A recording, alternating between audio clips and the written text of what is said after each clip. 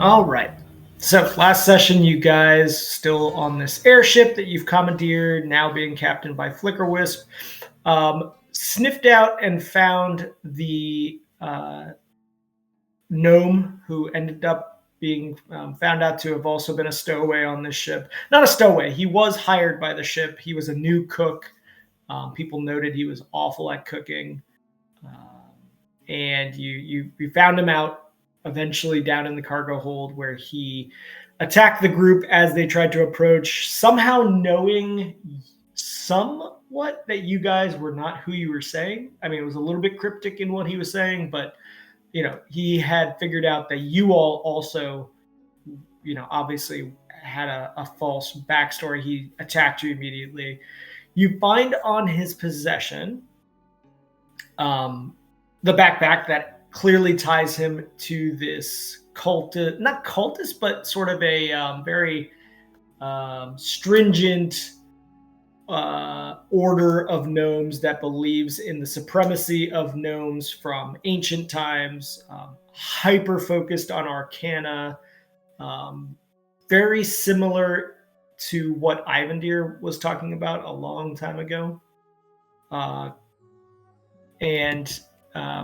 Having fought him, you did eventually subdue him with Finry sneaking up behind him, silencing him, and knocking him out.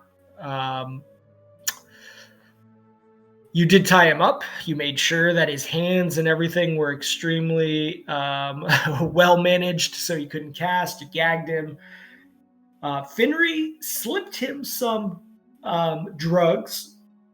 Why Finry had drugs, unclear to you guys, but it was something that its street name is Dust of Illusion, which is not the actual magical item Dust of Illusion, but just a coy name for a particular drug that gives you hallucinations. In these hallucinations, he divulged that he was going to get back to some organization and show them the evidence of this hidden city that he had found, as well as this object, which Max, you in investigating determined was similar in characteristics to something you've heard about in more your kind of archival nature as the Crystal of Weldheim. A kind of relic of creation that the dwarves believe in, and some other groups kind of by tangent believe in terms of how the material plane was created. Through some debate about potentially avoiding the Seekers and what that means, Flickerwisp's warnings, you guys considered doing a kind of Ship of Theseus, tear down the whole thing, see if they can find you scenario, but landed on eventually just going ahead and taking the cargo to this place called the Sensor House where it was intended to go, dropping it off, and then going on to where you could investigate this this relic, which Lanray pointed out. Evett Spire was a hotbed of trade in ancient Dorgian relics. It's kind of the Shatterwake of the East. So with that, I believe you also killed the gnome after he pretty much was not any further use to you all. If I'm misremembering that, let me know, but I believe he is disposed of. So, and yes, your ship was disabled for a moment from this disintegration. Whether this dormant root person knew that you all had extra sails was unclear, but with your extra sails, you are able to repair the ship in somewhat quick order to get moving again. So with that, you guys are somewhere over the ocean. Are you confirm that you're headed towards this sensor house to avoid the Seekers? I believe that was the plan, yeah. Okay.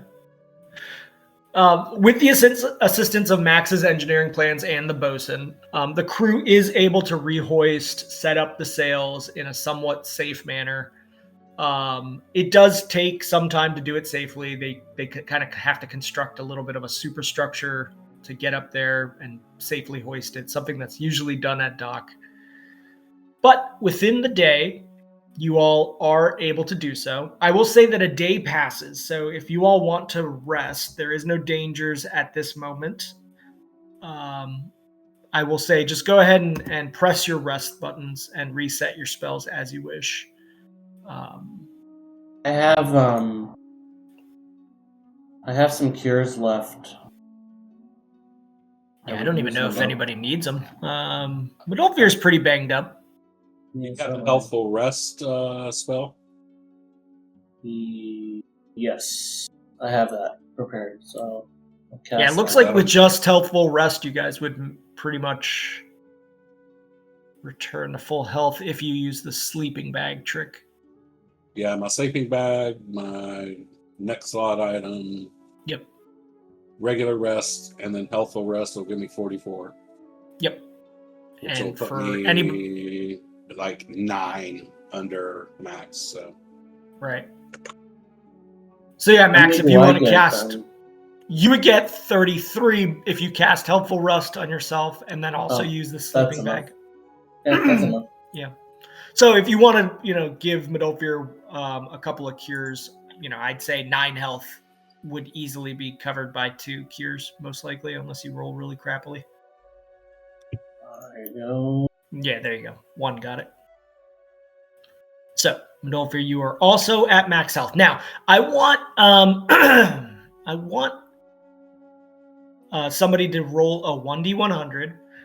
This is going to establish a kind of luck factor. There we go. Okay. And now I need one person to be the navigator that assists Flickerwisp, and that's going to be a survival check. So discuss amongst yourselves who will be the navigator. Knowledge geography could also be used in lieu if somebody wants to use that and has a better chance of it. Plus 11 on survival. Okay. I have a +7 on survival. Okay. What's your knowledge geography, Max? +8. Okay. Oh, sounds like 11 has it, though. Let's roll. And this is where I'm going to roll a 1. Okay. Okay. Having no other bearings around you to really work off of geographically, you really sort of get in tune with time of year, sun angle, get the ship rewrited almost from like a guttural, like, this doesn't feel right, head this way. You do feel like you're further south than you had expected before. And you tell Flickerwisp this, and he kind of takes your word for it, re-guides a little bit towards the north, and in short order, you start seeing the coastline of Dorythia in a couple of days. 2 full days pass, and you start seeing, off in the distance, keeping its distance, the coastline of Dorythia. And Flickerwisp now, at this point, realizes, okay, he's been on this journey a couple times at this point. Every time the captain had done this journey before, he had held the coastline of Dorythia, where the elven lands were, sort of on a specific vector, and followed that as a straight line down the coast, south of Shatterwake, and just come right up the strait there, the Shatter Strait. Sorry about that. Oh, no worries. So he's like, okay, now that I know where we are, if we just hold this exact line, we will get to the lake. With that survival check, that allowed that to occur. So a couple days pass. You guys are basically feeling like you are in the strait now. the Shatter Strait, and that from Tyre Lake is probably another 2 days journey, maybe 3 days journey from here. Is there anything that you're doing in terms of timing or preparation before you get to the sensor house?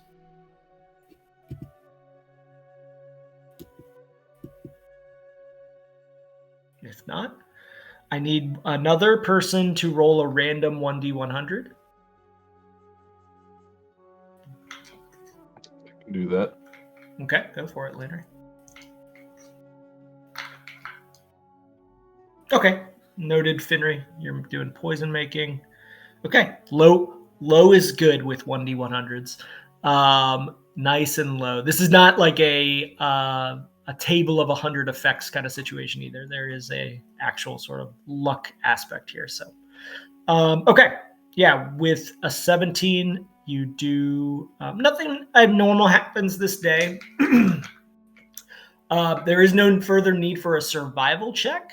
However, the crew starts getting a little bit nervous because Flickerwisp is flying a little bit closer to the coastline than the former Admiral Champwingerpoot used to, mostly because he's using it as a kind of a crutch to hold that vector line. And he wants to just constantly have reassurance that that he is on the correct trajectory. The crew's kind of nervous because they're like, we're very close to some of the elven territories here. We might get spotted, which would be a real problem. They sort of are talking about this internally in Gnomish, and those of you who speak Gnomish pick up on it. Is there anything you want to do with that information?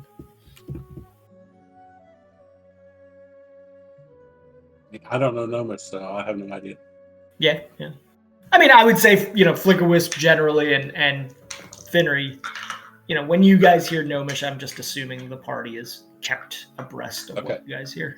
So if I'm knowledgeable... Sorry, go ahead. Mm-hmm. Go ahead. Finry?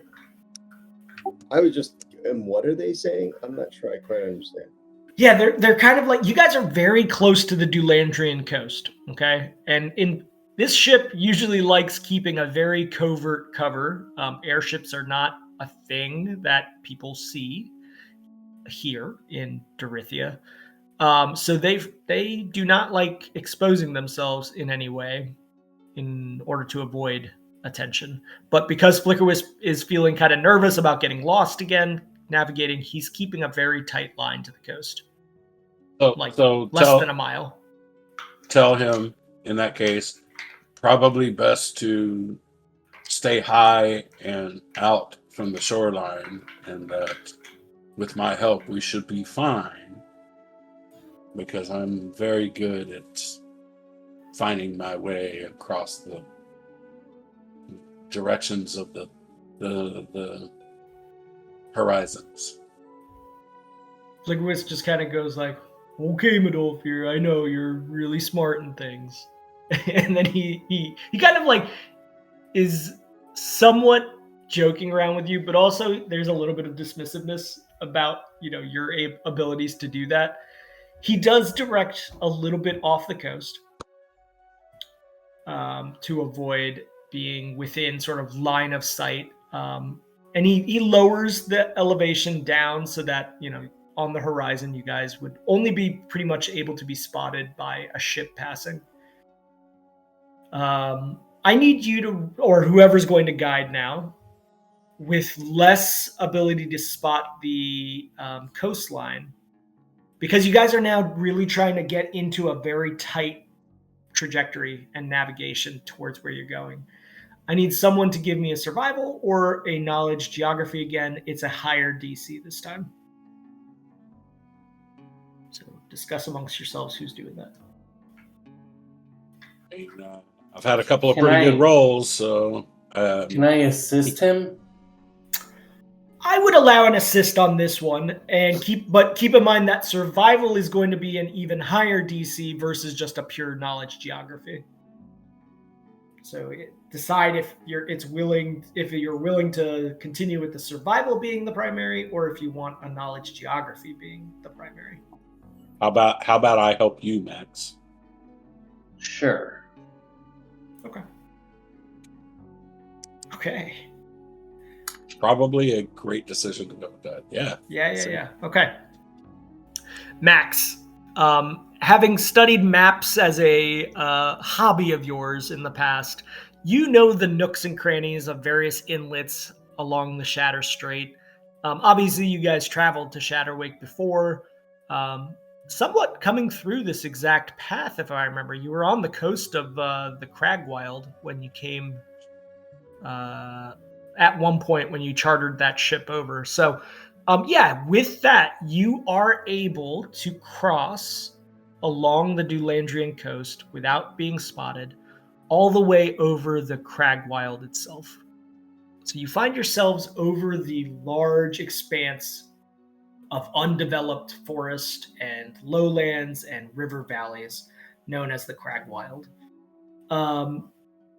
You are able to quickly find the particular river that you know leads to Tyre Lake, and that river is the Tyrewursk River. Let me pull you all in.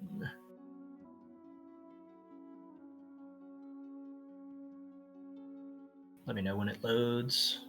Cool. So in the bottom left corner, there is this inlet that comes to the Tyrewursk River that leads to Tyre Lake, exactly.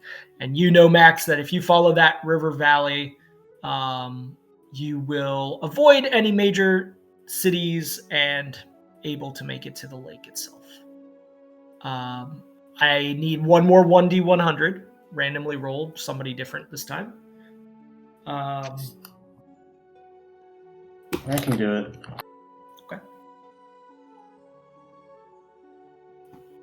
Okay. Another nice low roll. Now that you've found the river, it is a mundane navigation as long as you choose to stay low. There's always a risk of staying low, potentially being spotted. But, as staying low, you can really see kind of the river valley itself much easier and follow it. Are you guys choosing to stay pretty low or get really high up, potentially into the cloud level?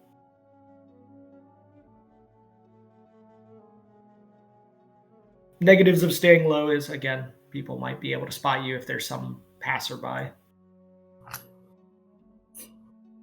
I say higher than if we want to try to not be spotted, right? Yeah. Okay. All right. Let me just check one thing. Okay. You guys do eventually make it within the day. It becomes night, actually, above Tyre Lake itself. And at this point, the cloud cover is pretty minimal, and Flickerwisp feels confident. The crew feels confident. They know where to go along the edge of Tyre Lake, which is now below you. It's not a very large lake. There are sometimes boats and fishing vessels on it. It is a source of food for some of the small villages of Kragan folk who don't live in the major cities or underground. It is turning into night, however, and Flickerwisp knows that they've never delivered anything at night to the sensor house. You guys still could try, but he kind of recommends early morning getting up and taking kind of a very small crew down while Flickerwisp stays on the ship. What say you all?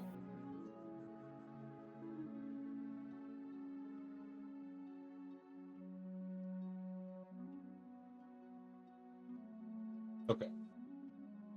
Everybody good with that plan in the morning? Yeah, no issues. Okay. Yeah, I don't think there's any reason not to deal with that. Flickerwisp kind of recommends like 8 random ensign level crew to be the ones that offload. essentially, the plan would be to lower the ship down in proximity nearby the sensor house, and start offloading in the morning. Using various pulleys and systems, and then lowering the persons down as well. Everybody good with that? Morning comes. If now, these are 8 random crew members that are being sent down. Do you guys want to go with them, or do you want to just kind of send them down, let them do the grunt work of offloading all this stuff to the sensor house? So I want to go back to Flickerwith's plan. We were going to let them offload all this stuff, and then like either ditch these dudes or kill these dudes so he could replace them with automatons, right? So he could like just captain his own ship. That was the last I remember, like, was the deal with the ship, right? That was essentially what you guys had talked about. Now, some persons with various alignments may feel that is a lot to sort of allow. But, you guys can choose as you wish. Whether you're killing or abandoning, killing would obviously have some alignment issues. Abandoning, less so.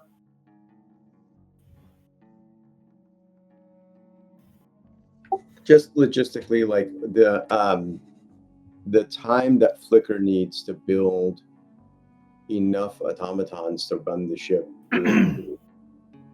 how long? Automatons, a long time. Like weeks with enough materials.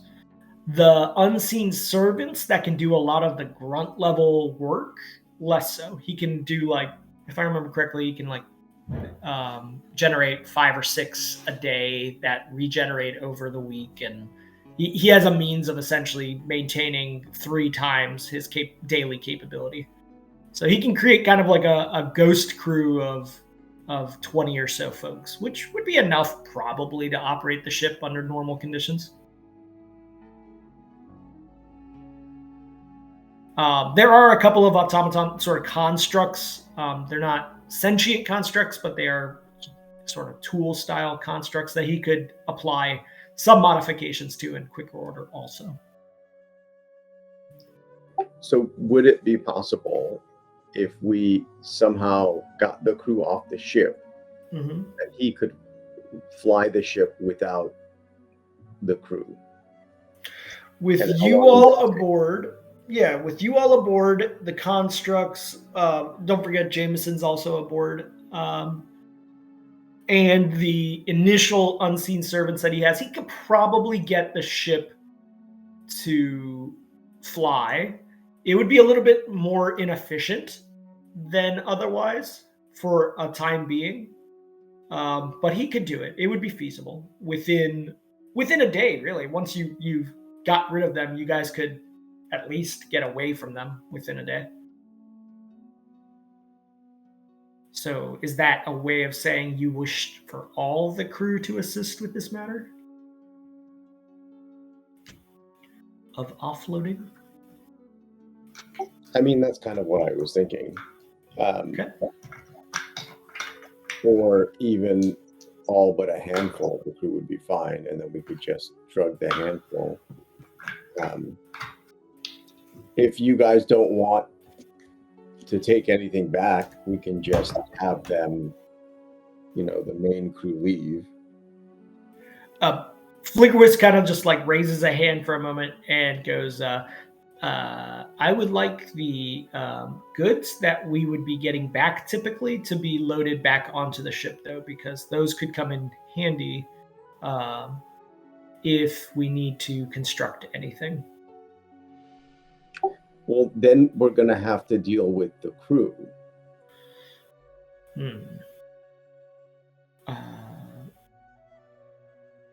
Good point, Finray. I mean... I'm fine with murdering them, he says. Jesus. I just start looking around, sense motive on the rest of the team. I'm guessing some of you are against murdering a crew of 40 times people. Yeah, I just a mean, little bit. yeah. I mean, I'm neutral, but at the same time, it's like that seems a little too dark of a path for Middelfair. I'm fine with like just leaving them, but yeah, just outright murdering them, that just seems straight up evil. Which is okay for those that are. Jameson's very against the concept. Jameson goes, with magic we can find a way to abandon them here. At least they'll have safety here. So what about this? What about have them load the return goods back up and then tell them all they have 2 days leave or 1 day shore leave or whatever to eat and be merry. And when everybody leaves to go out on the town, we book. Yeah, the vibe I get from these dudes are the only place they believe exists is the floating town. So I don't know how they would handle a concept like shore. Making an order. 2 days in the Cragwild. Yeah, give them an order. Tell them it's an order. They will have fun and they will like it. Hey, Jameson, can you teleport back here if we take them somewhere? With a certain number of people, yes. If you remember, I can only do a few at a time. I believe it was 5 is his maximum at a time. You guys had to split the group at times before. Okay, how about this?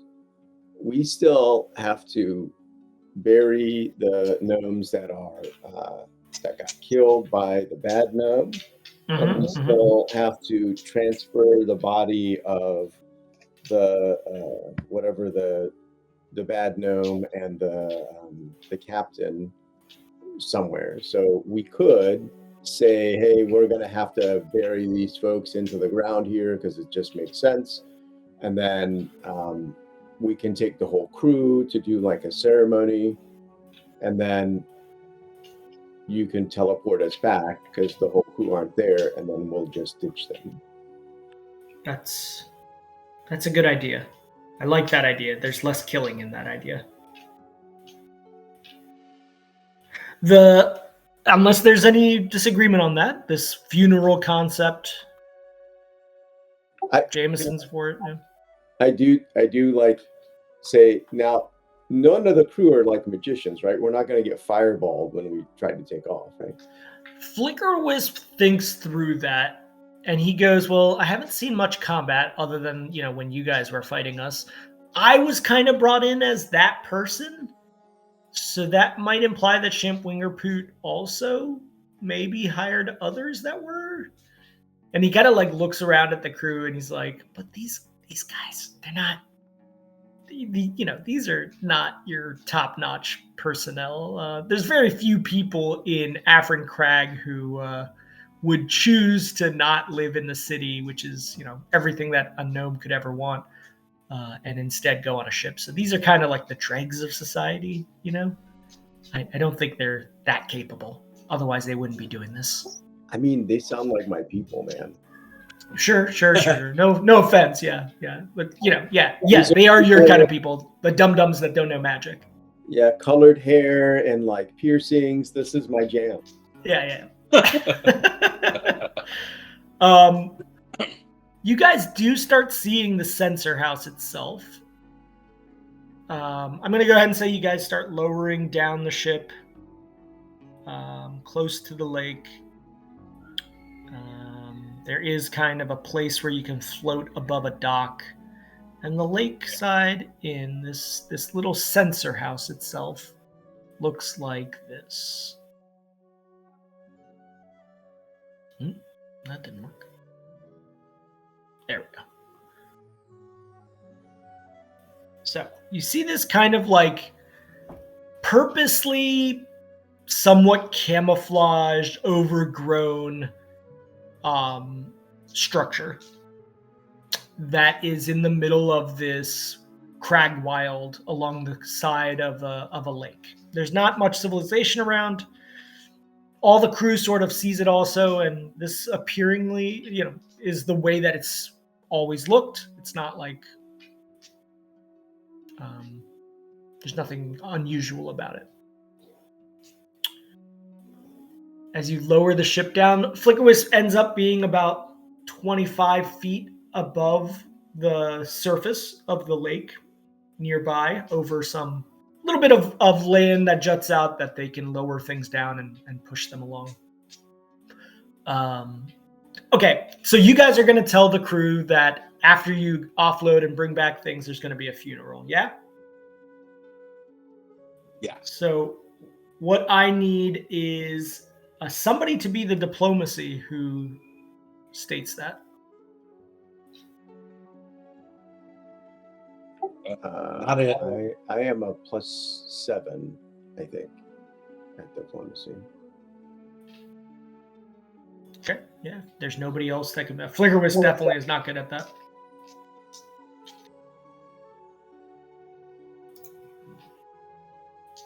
Okay.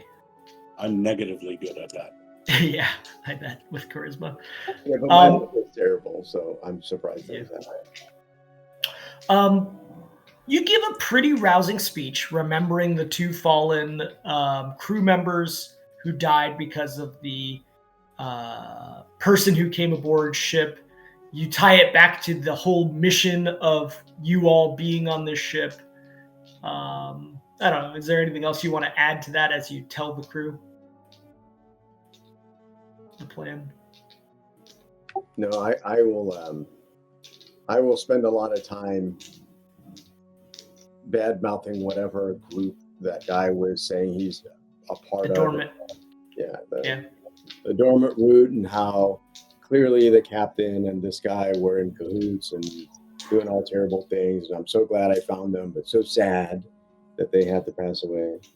Oh my gosh, the crew like talks amongst themselves.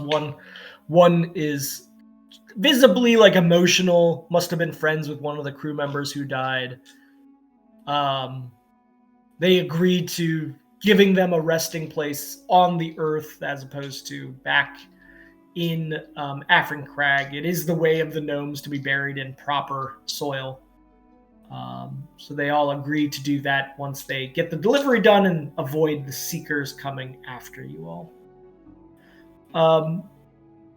With that, the crew starts disembarking. Flickerwisp obviously is not going to leave. Does anybody go with the crew, or do you guys just kind of observe from the ship as much as possible?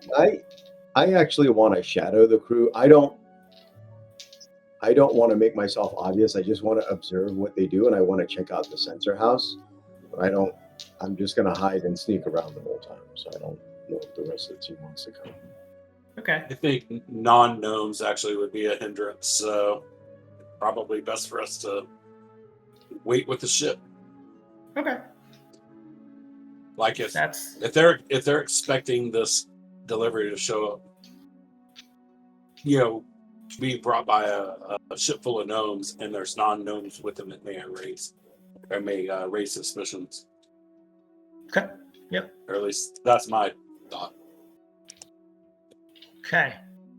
Finnery's shadowing behind, allowing some of the crew to go out in front, start delivering the goods.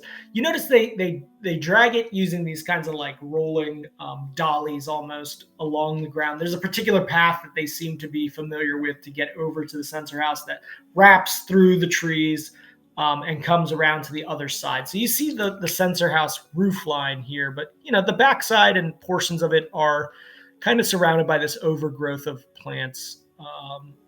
That occurs somewhat to block all angles of it.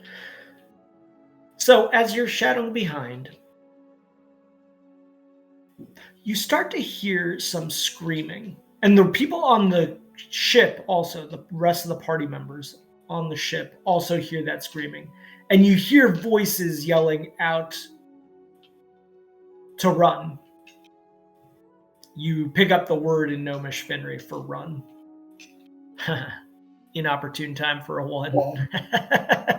But don't fear, you cannot see what's going on as you look out. You hear a lot of it, and then there is silence. But the morning sort of fog that's coming off of the lake, it makes vision difficult. You drop Bengrifel up on the ship. Finry, again, like in all this chaos with that listen check, you hear the cries for help, and you hear the footsteps of 20 or so persons running wildly. You hear like boxes being dropped somewhat, but those are the loud noises. What is actually doing anything to them, you do not hear. So I was shadowing these folks. So do I see anything? Like, I would have been like keeping up with them, shadowing them. So do I see anything happening to the folks that the particular no? group that you are with, sort of staying somewhat behind, but within visual, like they just stop and they start looking around nervously. You guys are surrounded by kind of this mist, this fog that only gives you about 20 feet of visual. So the other groups that were further ahead, you don't see them in the fog. But yeah, the group you're with has stopped. There's about 6 of them, one of which is the bosun. What you do spot, Finry, since you guys were a little bit further back from the sensor house, more close to the water line, I will say with your 15 check, you notice kind of just a bubbling, like a bloop, that occurs to break the otherwise glass-like surface of this lake. This early morning, completely still lake has just this like very large, bigger than any fish would make, bubble. So I'm gonna do a message, and I think I can still get to flicker someone on the ship from where I'm standing. That can't be more than a couple hundred feet away, right? Yeah, I would say you'd be able to point back at the ship, yes. You know the general direction towards the ship. So I will tell them, hey, there's bubbling coming from the water. Unless you want to fight, I would raise the ship, and I'm going to send the rest of the crew back. Something's not right. Okay. Now, your arcane spell failure, is that suppressed because of your... You had something that suppresses that, yeah? I don't know why that comes up. This is from just the natural 0. Oh, yeah, fair. This is like a spell. Yep. Okay. Your current armor situation, though, would... oh, never mind. Yeah, you don't have spells. Noted. So, you do send that back. The party, what are you guys doing with that information?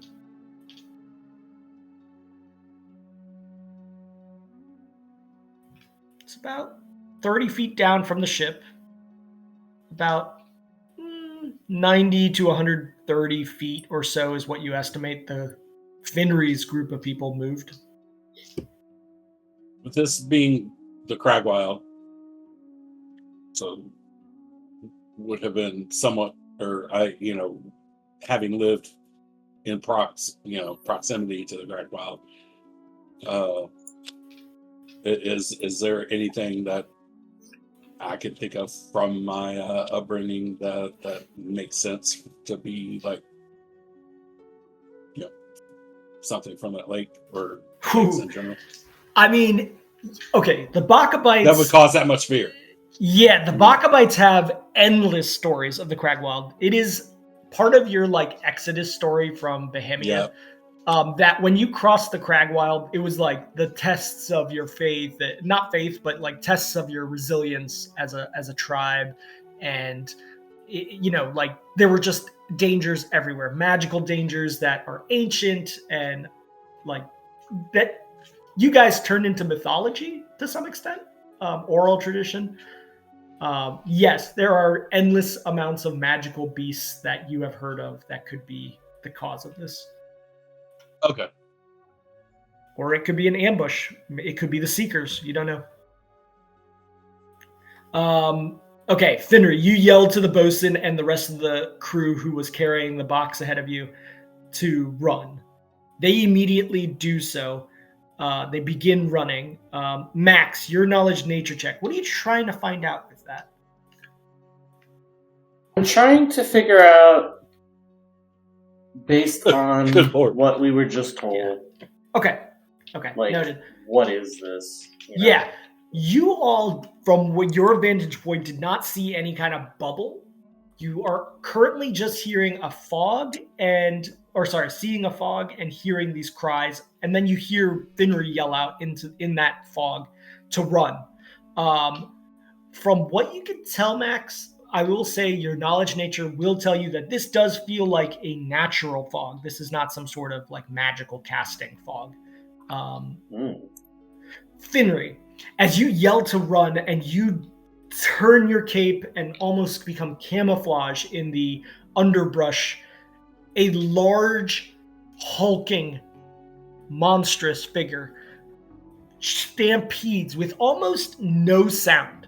It's clearly muffled in its footsteps. This thing that is moving is the size of a rhinoceros. And it came out of nowhere. Like, it appeared out of the underbrush as if perfectly camouflaged within it. And its horn moves in a rhinoceros-like way and gores one of the crew members. And its claw comes across and disembowels the bosun as it slings them around. And then it just kind of rips with its two claws apart one of the other crew members. You do not seem to be perceived by it in this moment because of your hide check. What are you doing? Right now in this moment, you are well hidden. I am hiding. Okay. It's not my bad. It's a rhino. Is that what it is? It is a creature you have never seen before. It does resemble kind of like if you took a rhino and an armadillo and combined them. And, it has horrible claws. It is large scale, so it is about the size of a rhinoceros with a horn on its face. Its one additional feature that you notice is it has a horrible set of red eyes. So if this was the pacifist Armadillo, it would be fine, but it seems more like a rhinodillo. Yes, very aggressive rhinodillo, yes. An armadillo in name only. Yeah. Rhinodillo. Yeah. That's like it's a harmadillo. Tiger, right? Ion ends up being so aggressive it like kills everything, so no one wants them. Yeah. Armadillo is quality. Finner, give me another spot check, by the way. But while he's rolling that, the rest of us are too far away to do anything, right? The fog covers. Yeah, you guys are on the ship. None of the rest of you disembarked. Flicker was like, well, that makes up my mind. I'm staying on this ship. In fact, we should probably just get going. Nobody really cares if Finry comes with us. Where was the bubbles? You didn't see the bubbles. Finry saw the bubbles out in the shallows of the water on the path that they were walking. Oh, not in the lake. It is in the lake. So you guys are kind of on above a jetty of land on sort of 100 foot away from where Finry was. They were going through a particular flat path along the lake that goes to the sensor house. And that's where he saw the bubble like 15 feet away before it disappeared. And just so I understand what's going on, is the bubble where this armadillo came from? As far as you know, you don't know, but for Finry's sake, no. It appeared out of nowhere, almost from the underbrush. Yeah. So we just heard, oh shit, and then that's all we know. Yeah. So with the message spell, Finry, you have to whisper.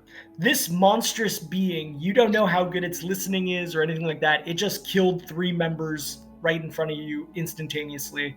Are you whispering any further message other than that? No, they can whisper back to me. True. The way that message goes. And I think when it comes back, I don't think I get the. It's not centered on me. The sound is. I don't know how it is. I think the sound. I think we just hear it in our heads. You do, but to say it, I believe you have to actually point and whisper. So, like, just keep that in mind mechanically. But yes, you all do just hear it in your heads. Yeah, they can talk to me. I am not going to whisper to them. Right. Okay, noted. So, is anybody responding back to that whisper that you just received? Can we see the big creature from here, or is it covered in fog?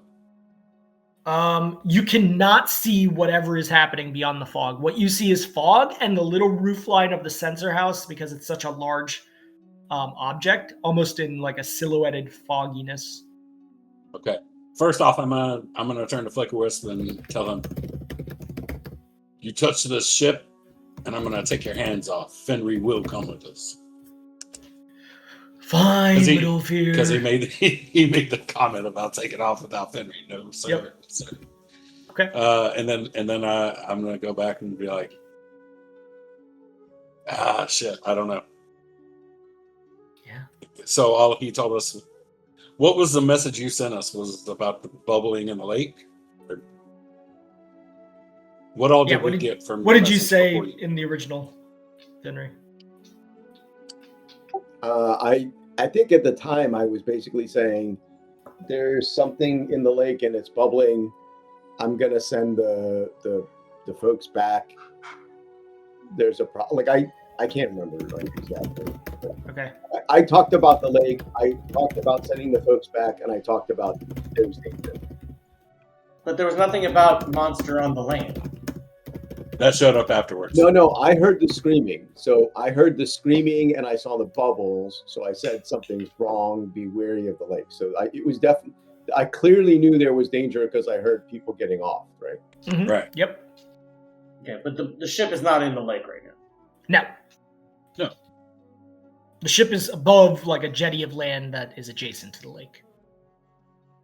All right, I'm gonna go with Midolfir towards. Well, do we hear anything? Oh, sorry. Yeah, I wasn't necessarily getting off the ship, but okay. I was just seeing if we had spotted the monster, I was gonna do something. But all we know is that there's a commotion. We don't know what it is.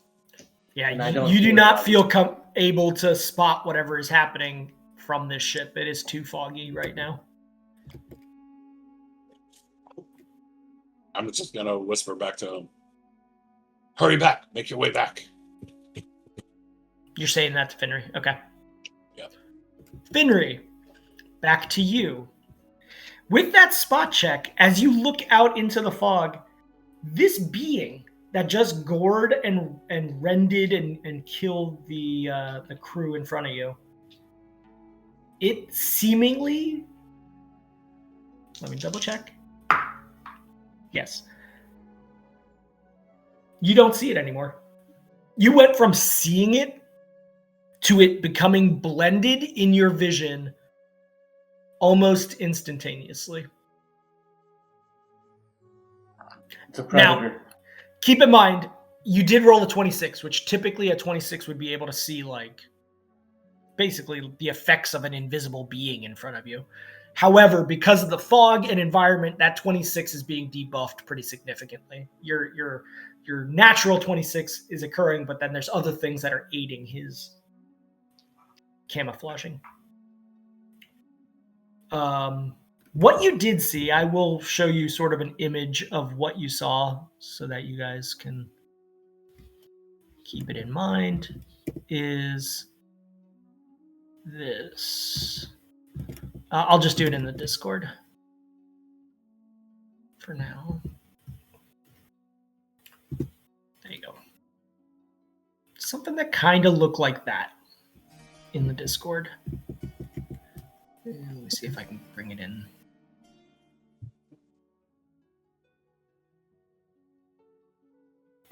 So, everything is silent again. Finry, you hear the message for you to run. What are you doing? It likes it when you run. Mm-hmm. Oh shit, GM agreed. Be careful.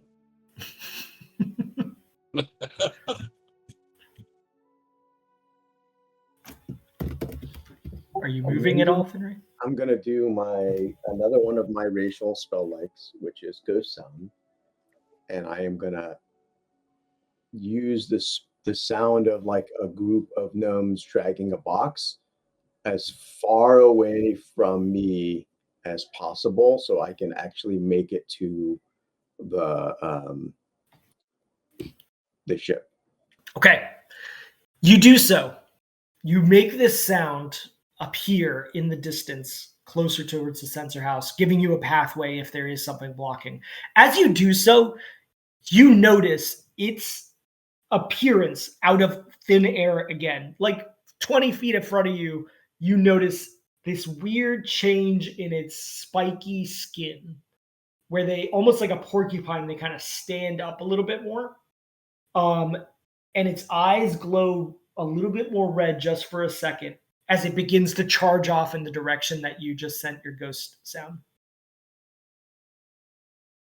Are you immediately like running? What are you doing? Yeah, I'm gonna I don't know if I can move silently while I quad run, but No, it would be.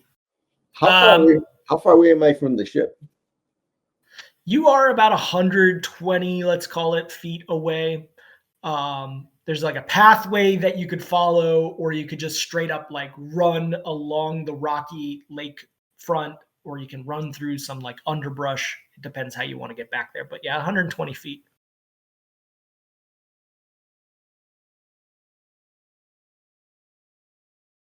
I mean, you could move silently while running. There's nothing in the raw that says you can't. I would just say that the DC would be exceedingly high.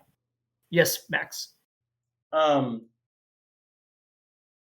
Max is like standing by the side of the ship that like everybody left from. Yeah. Is holding a spell in case he sees something. Cool. Yeah, definitely. I assume all of you are doing similar things, like standing as close as the pulleys allow you and looking down. Landry and Medolfir too. Yeah, I would at least have my bow ready. Okay. Jameson is also standing there, as is Flickerwiz. Flickerwiz is finally got his like fireball wand out. He's like, I'm allowed to use this if it's not at the ship. As you see like the foggy distance, there is a silence that is occurring out there. There's not any more screams. Like there were, after Finry had yelled and whispered back to you, there were like random moments of screams out in that darkness. But now whatever is out there, if there are living gnomes out there, they have learned to be quiet and not call attention to whatever is out there killing them. Finry, you said you wanted to make a dash back to the ship, yes? Yeah, and if I can do it somewhat silently, I'll try to do it. If not, then it's a dash. I can. Okay. My base transit is like 30, so I think I can quad run 120, so I can get back to the ship essentially if I just run. Yes, if you just do a straight up run within 6 seconds, you could get back if the terrain wasn't tricky. Because the terrain is tricky, you don't have like a straight sprinter's line. So it will take you 2 rounds, even utilizing the dash. So there's probably a benefit for you to just go ahead and move silent. Now, okay, so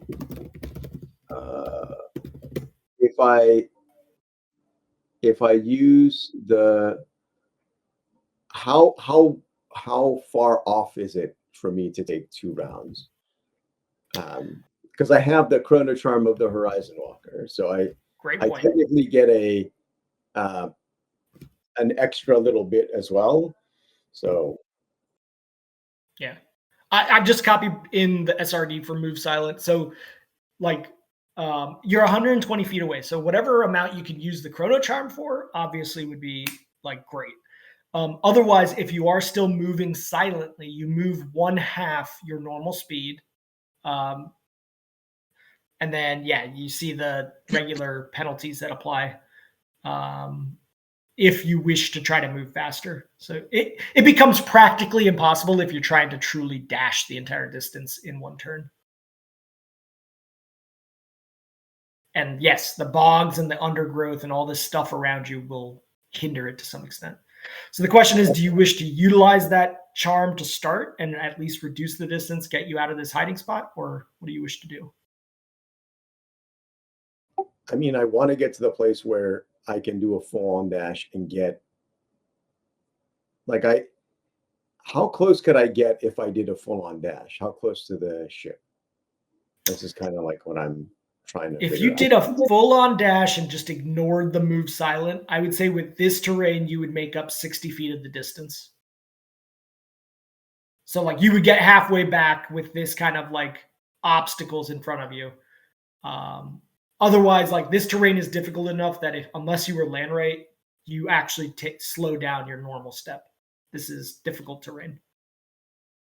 So with the Hold on. Let me caveat that. If you were to take the more circuitous route, it wouldn't be difficult terrain, but it would be on that path that everybody was dragging the crates. So you'd run out in the open. I'm assuming you mean to run not in the open when I'm telling you this. well, if I ran in the open, how far would I be able to make it back to the? No, if you ran in the open, it's 150 feet. It's more like roundabout, but there would be no terrain penalty for that.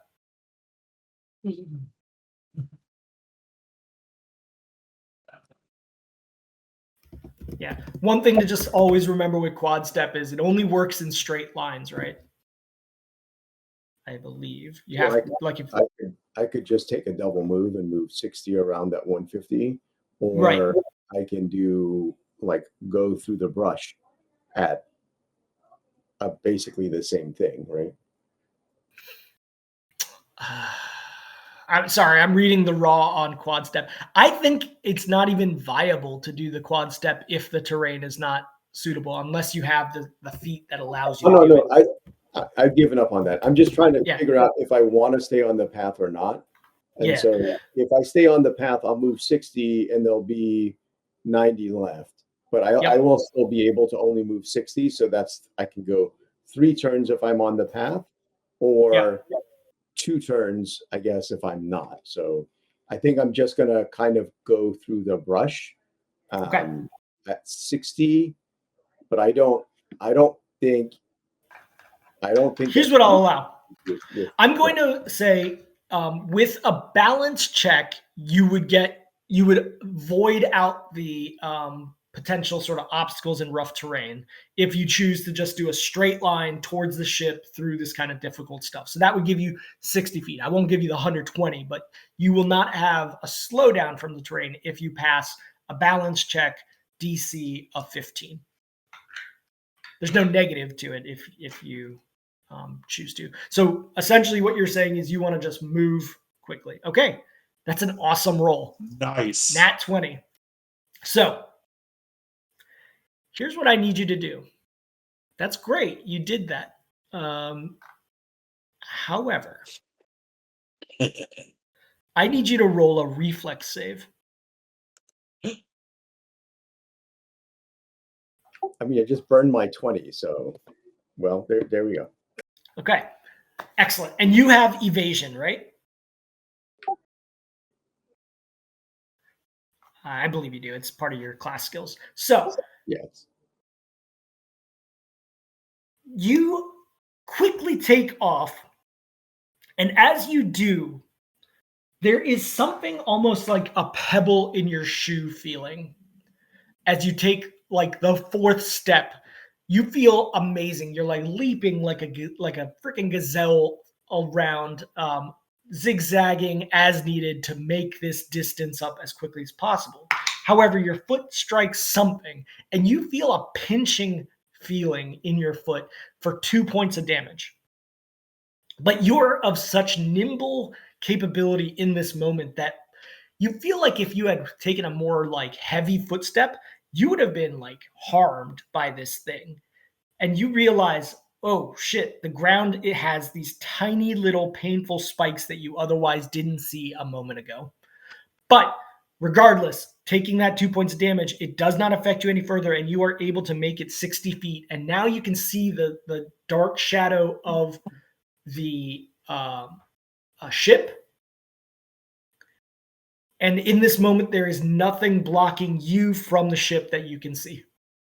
I still have the message whisper, right? So I can Yes. still say the rhinodillo's coming after me, and there's things out here trying to kill me. I'm coming in hot.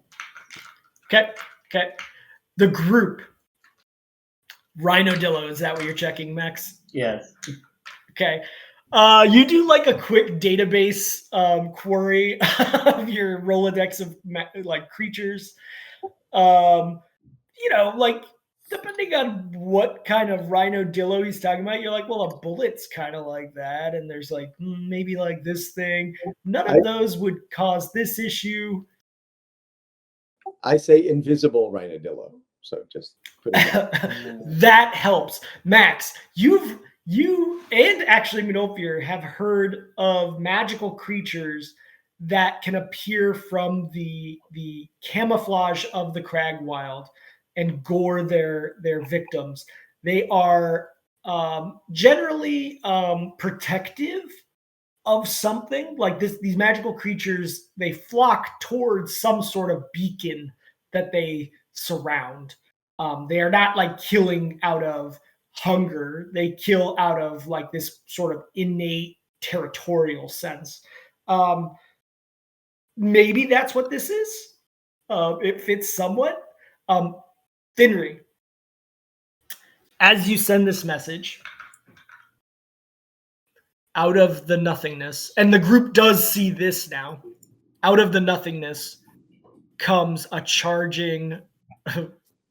What you don't know is an Ulvergrig.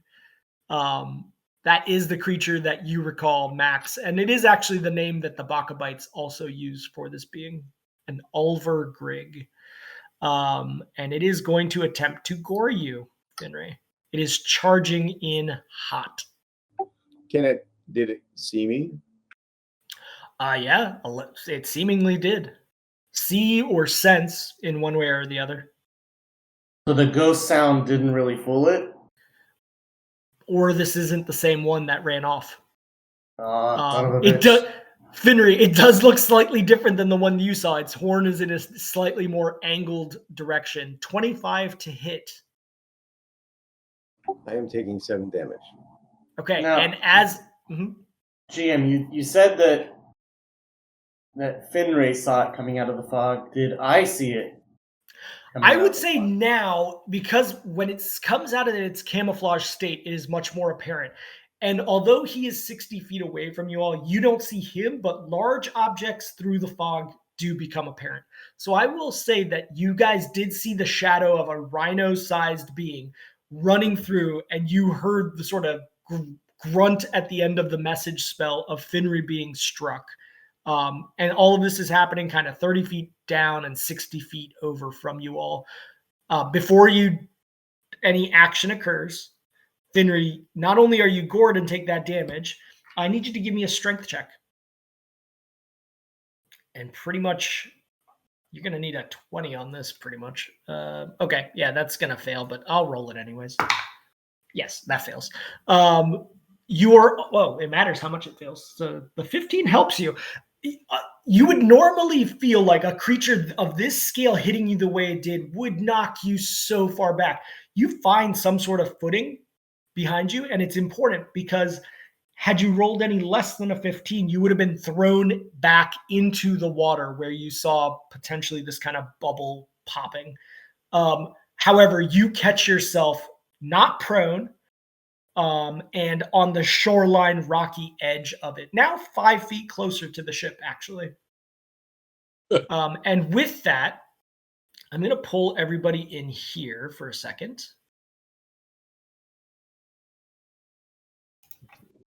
I'm going to position where you all are. So Finry, you are kind of in the edge here. You are there, Finry. And this Ulvergrig just slammed into you right there. I believe I've got those distances right. Yep. And Medolfir is up here on the ship. And Max is up here on the ship. And Lanray is up here on the ship. And let's bring even more people. Let's put Jameson up here. And lastly, Flickerwisp.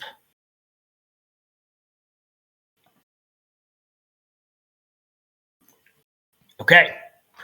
With that, I am going to start a encounter. Go ahead and roll me initiative.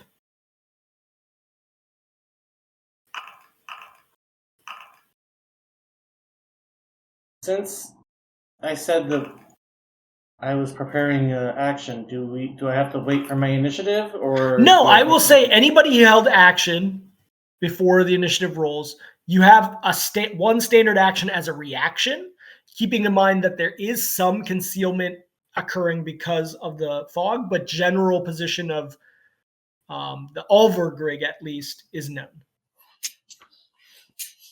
Yeah, if that's the case, I would fire an arrow since I had that ready to go. Okay, yeah, go ahead and fire a single arrow. You may use your specialties if you wish. Let me roll Flickerwisp and Jameson. Okay, lots of rolls.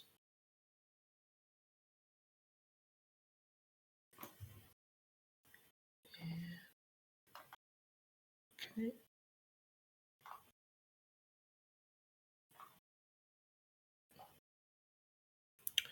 Okay. Yeah, with that 35, I will say, and again, there was some aiding of its AC from just visual. I will say the 35 does strike. You give it 8 points potentially of damage. You don't see the reaction of it to that, but you would think that it would have struck true. Yeah, okay. Okay. So for Midolfir, real quick, after now seeing this creature, is Midolfir familiar with this from his childhood? Like, does he know? Are these basically what I want to know is if Midolfir is familiar enough to know if these are like actual like beasts, animal type creatures, or if these are more magical in nature? These are magical in nature. Okay. You know that from the visage that you saw and the tales you remember of Ulvergrigs. These are magical beasts that protect important places that the Bakabite avoid as to not disturb. Okay, but so with that, are they like do I know if they are more like a pack type animal, like pack? Great question. Let me see what you rolled before on your knowledge. This is going to be actually, because this is a magical beast, I believe this will fall under knowledge arcana for a lot of it. However, because you're asking about, because you're asking about its kind of behavior, societal behavior, I'll say that your knowledge nature still applies. 14. You forget whether or not these are standalone beings or if they're in packs. Max, I see that you cast Magic Missile. Indeed. And I had a 22 on my knowledge previously. Okay. Max, from your study, you do believe these things travel in groups and they sort of create a herd around the thing that they're protecting, whatever it is, whatever, the guffin that they protect, whatever the object is that they are sort of drawn to magically, they do form a herd around it. With that magic missile, I will say you are able to know its general position, which allows you to shoot that off. Spell resistance, okay, noted. 9, 11, 13, 15 points of damage. You see the impacts of these little missiles striking the shadowy body of this being, and it does seem to react to that harm. Midolfir, were you doing anything with your held standard action? Yeah. Okay. I just kind of, I'm gonna, as loud as I can, do like a wolf howl call, like the wolf call for for aggression. Okay. Right. To see and this is for two reasons, mainly see how this creature reacts to it, and also to if it does react to it, to see if it's familiar enough with the sound to understand that it needs to be on guard for it, right? Like if it's familiar with like a pack of wolves, like trying to hunt them, right? Yeah, understood. Flickerwisp runs up to you, Midolfir, also in this moment, and with his he doesn't run over you, he was standing next to you, but he reaches out with some sort of magic that he cast from a scroll, and he casts a scroll of jump on you, Midolfir. You now get a +10 bonus on your jump checks.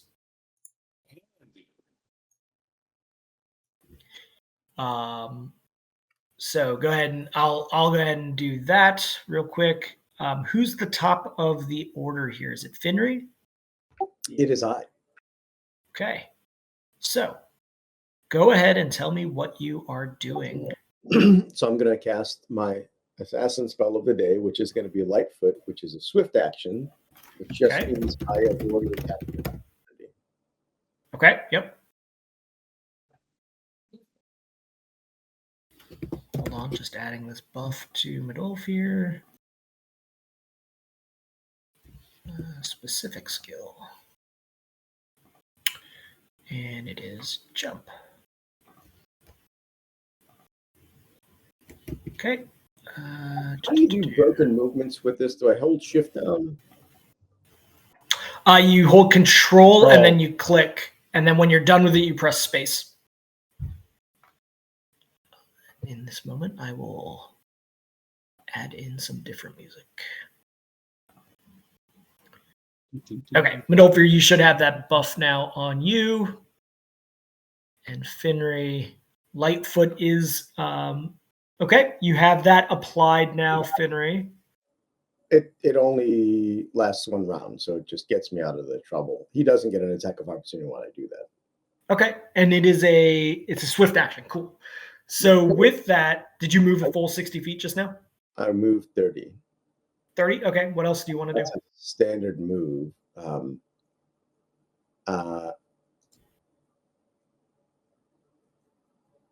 I guess I could get into the boat if I move the full 60, though, right? Well, you can reach the rope that goes up to the boat. There's a pulley that lowered everything down from the back of the boat. You could pretty much grab onto that and either climb or somebody could pull you up theoretically. Yeah, you do notice Jameson standing now at the back of the ship close to it. Yeah, I'm going to run to the ship, so I'll take a double move. Okay. And just like to be clear, there's like this kind of like payload back of the ship that can open up and a pulley system. So you guys aren't like above the engine right now. You're on like a lower deck. Imagine like the C-130, backside of a C-130 kind of. I think it's a C-130. Okay, so you're up by the rope. Are you grabbing onto the rope at the end of your turn?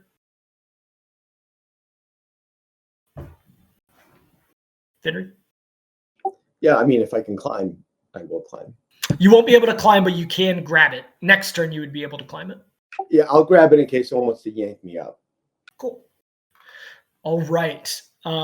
Before Flickerwisp's turn is this Overgrig. But you also notice that even though you can't see much past the fog in front of you, there are trees that are moving around the sensor house, implying there are other things out in these sort of undergrowth and trees around the house.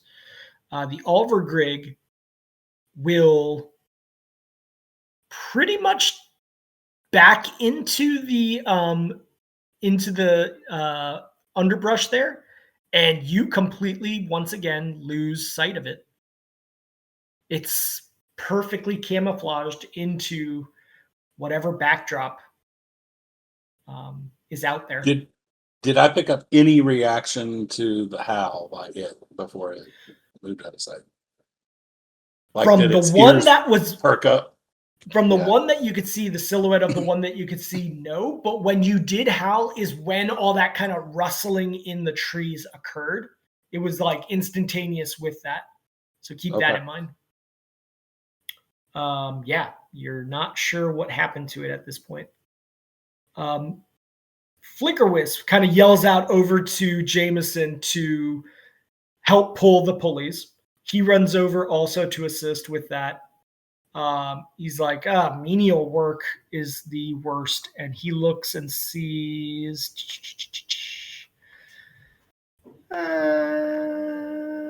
Nah, he's going to hold on using that. Yeah, he just grabs onto the rope and starts pulling with his strength. It's just going to basically aid somebody who actually has real strength because his strength is very low. Oh, you rolled pretty good on it, though. So, yeah, he will be able to aid. He's not able to actually lift your weight, though, Flickerwisp or Finray, without additional help. I think you just called me fat. I think I called Flickerwisp very weak. Max, what are you doing in this moment? We can't see any creatures? No. It has become camouflaged in the distance. You heard something about the water also being disturbed from Finray in the urgency of what happened, but you do not see anything right now. Okay. Can I? Oh, we all see it. I think that's just like a rock or something.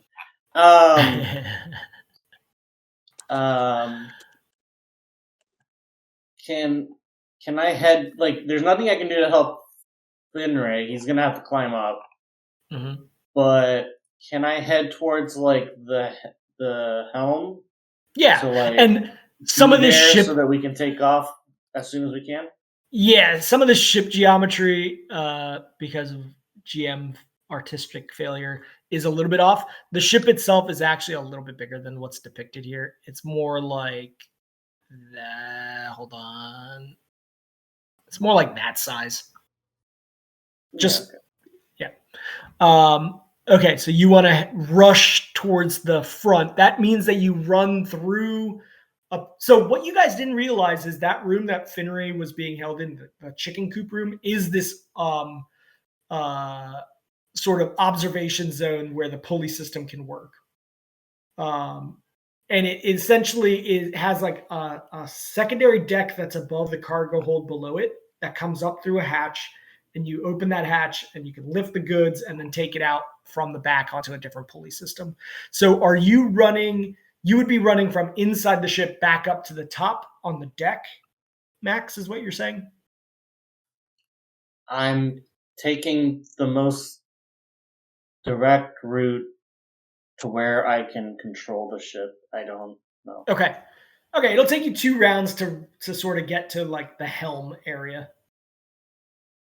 And I cast a spell on myself. Oh, yeah. I'm going to cast Expeditious Retreat. Oh, yeah.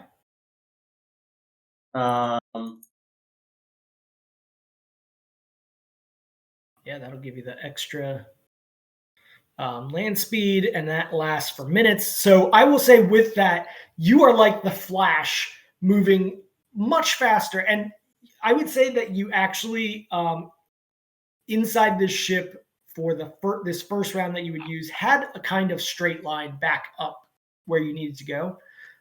So yeah, you are able to cut that down to like 1 turn. So in the next turn, you would be at the helm. Okay. Cool. And that lasts for a while. Jameson begins to yank up. For him, being a human-sized person, it is a lot easier, plus the aid from Flickerwisp. He is able to start pulling up the rope.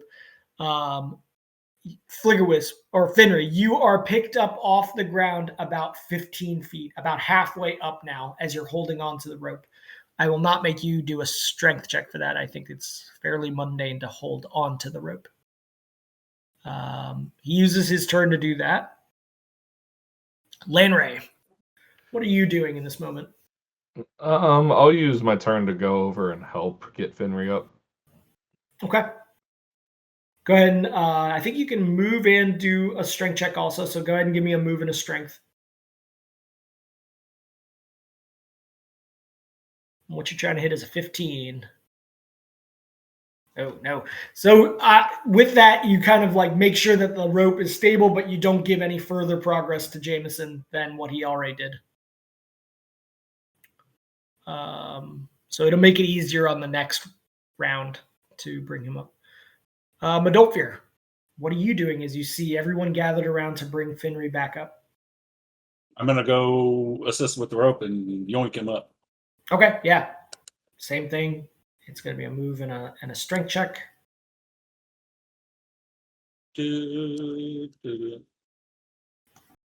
Strength, strength. It's not me, it's you. GM says so. Okay, because of the assistance from Lanray and Flickerwisp, the DC is dropped to 13, which means, because it was 15 before, so that means you do make progress on that. You are able to yank him up as Finry, you belly flop onto the sub deck of this ship, safe for the moment at least. Madolfir, that is your turn. Various screams start to occur out in the forest line. You hear the voices of gnomes screaming. Perhaps those who had hidden have been found. We are back at the top of the round, I believe, which is Finry. What are you doing? You notice around you everyone standing, holding the rope. Max is not to be found. What are you doing in this moment? I mean, I'm on guard. Okay. I'm trying to have a conversation, though. I'm like, well, is there any gnomes on the ship left or no? Yeah, they all were offloaded, and you were the only one that went down with them. Everybody on the ship right now is actually just the party that you know of. So I just kind of like look around, like, so y'all just want to float a little bit higher and wait for things to settle down and go grab the goods? I mean, seems like a plan. This kind of solved itself for you guys.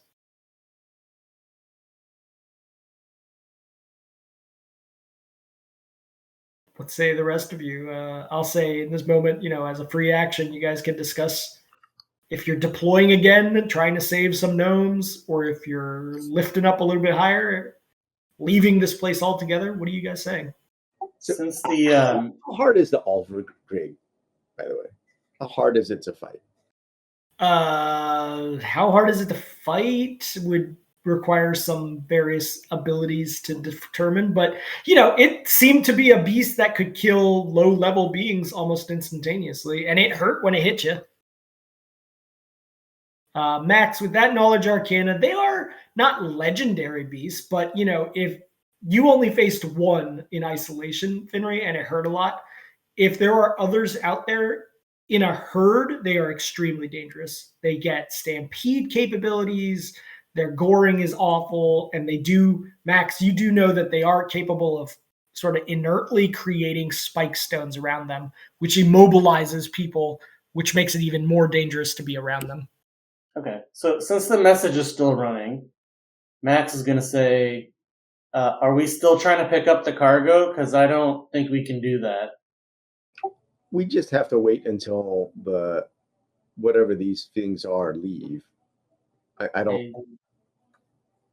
Okay. I don't know. I don't know unless you think they're going to nest here. Max, you would know that they could be moving through an area. This could be happenstance that they sort of clustered around this. But from lore, the Alvergrig, because they're kind of a protector magical beast, generally does flock and then surround something. Whether that something is what you guys were here to pick up as cargo, or whether this is just coincidence, is impossible to tell. Like they could have just been moving through by coincidence and stopped here. Right. Is this where the cargo we're trying to pick up is? Yes, the sensor house was where the holding was, and it's allegedly populated. There's supposed to be a person in there of the name. Did the cargo we were previously holding get delivered there?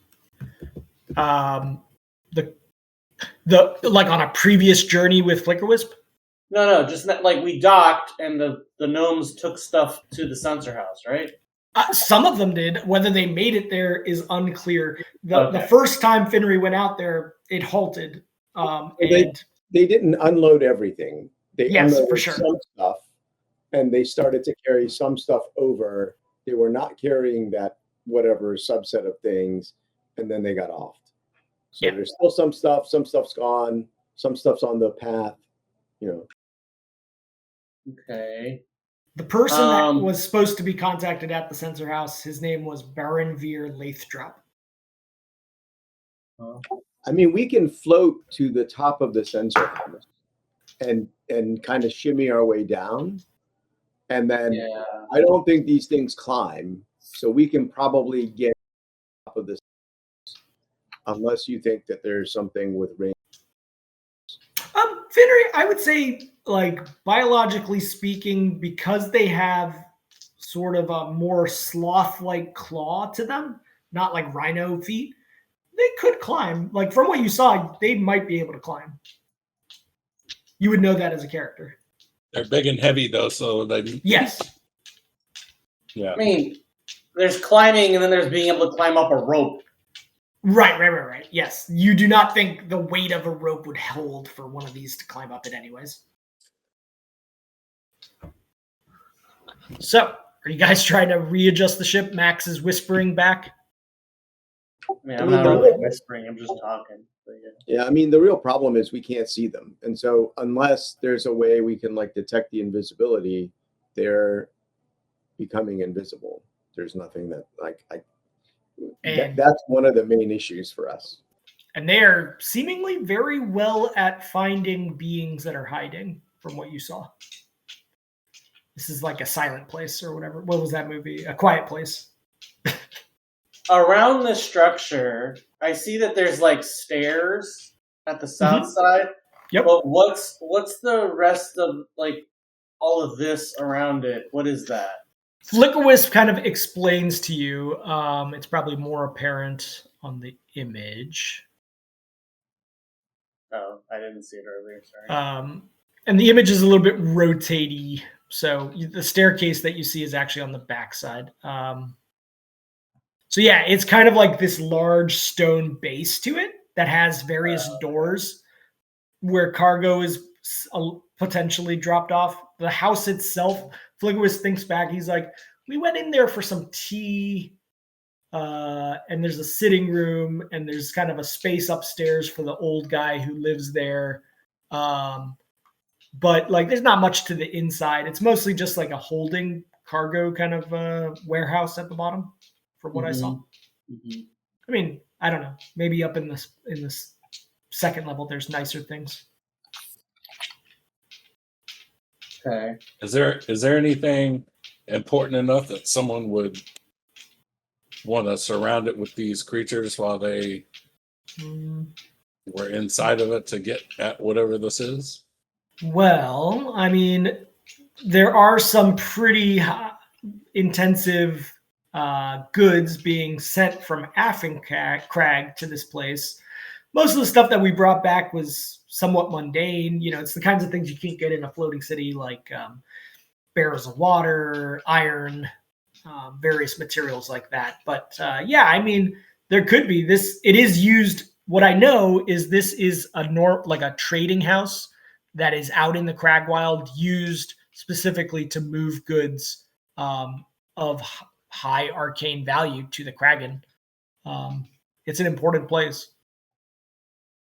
I'm kind of interested in, like someone suggested, kind of move the ship into a position on top of it and rappel down to the building and try to get in from the top, maybe. I mean, there could be a number of things that are going on there. There might be someone in there that for whatever reason could use some help and maybe reward us greatly for providing a way to get them out of a sticky situation. There could also be a lot of things to kill there. So Yeah. Yeah, Max is starting to make the preparation to like lift the ship up and maneuver over towards the building, like hovering over it. Okay. As you're up in the helm, the rest of them are in the second deck. Flickwis feels the ship start to move, and he's like, he tells Finry, he's like, Finry, tell him I'm the captain. That's not nice. Stop moving my boat. I'm not moving your boat. I know Max is, and he starts like He's running. helping. He's asking you to be the relay hub Yeah, as the because of whisperer. the spell. Yeah. He I've starts always running. I've always treated messages like just a group chat though, as opposed to like. Yeah. Either way, like mechanically, it still is fine. He departs from the rest of the party. He's like, I'm gonna go take over the helm now, and he runs as quickly as he can. His little like pitter pattering, rotund feet running away. I'm gonna tell Modal Fear, I'm like, listen, if you can lower me down with this rope, maybe I can just, get into the second floor and see what I can see. So I was envisioning the Christmas Vacation smashing through the windows, but you're talking more like a Mission Impossible lowering from the roof scenario. I mean, Max also has an idea once we're hovering. So Yeah. Okay. Yeah, I mean, hovering, I don't think they got to get that close. I can get onto the roof. Like, I'm looking at this thing. There's a lower roof and an upper roof. I can probably get to the lower roof and walk up to the window. I don't think this roof will handle a multi-100-pound rhinodillo, nor do I think they can climb up those little weak-ass struts. So I'm betting that they're not going to be jumping on the roof. So I want to just kind of go look inside the windows and see what's up inside the sensor. Okay. I'm gonna hand the battle axe of Vanish to Finry and tell him the command word. Okay, Finry, he hands you a very heavy battle axe that is way too large for you to wield. No Mortal Fear.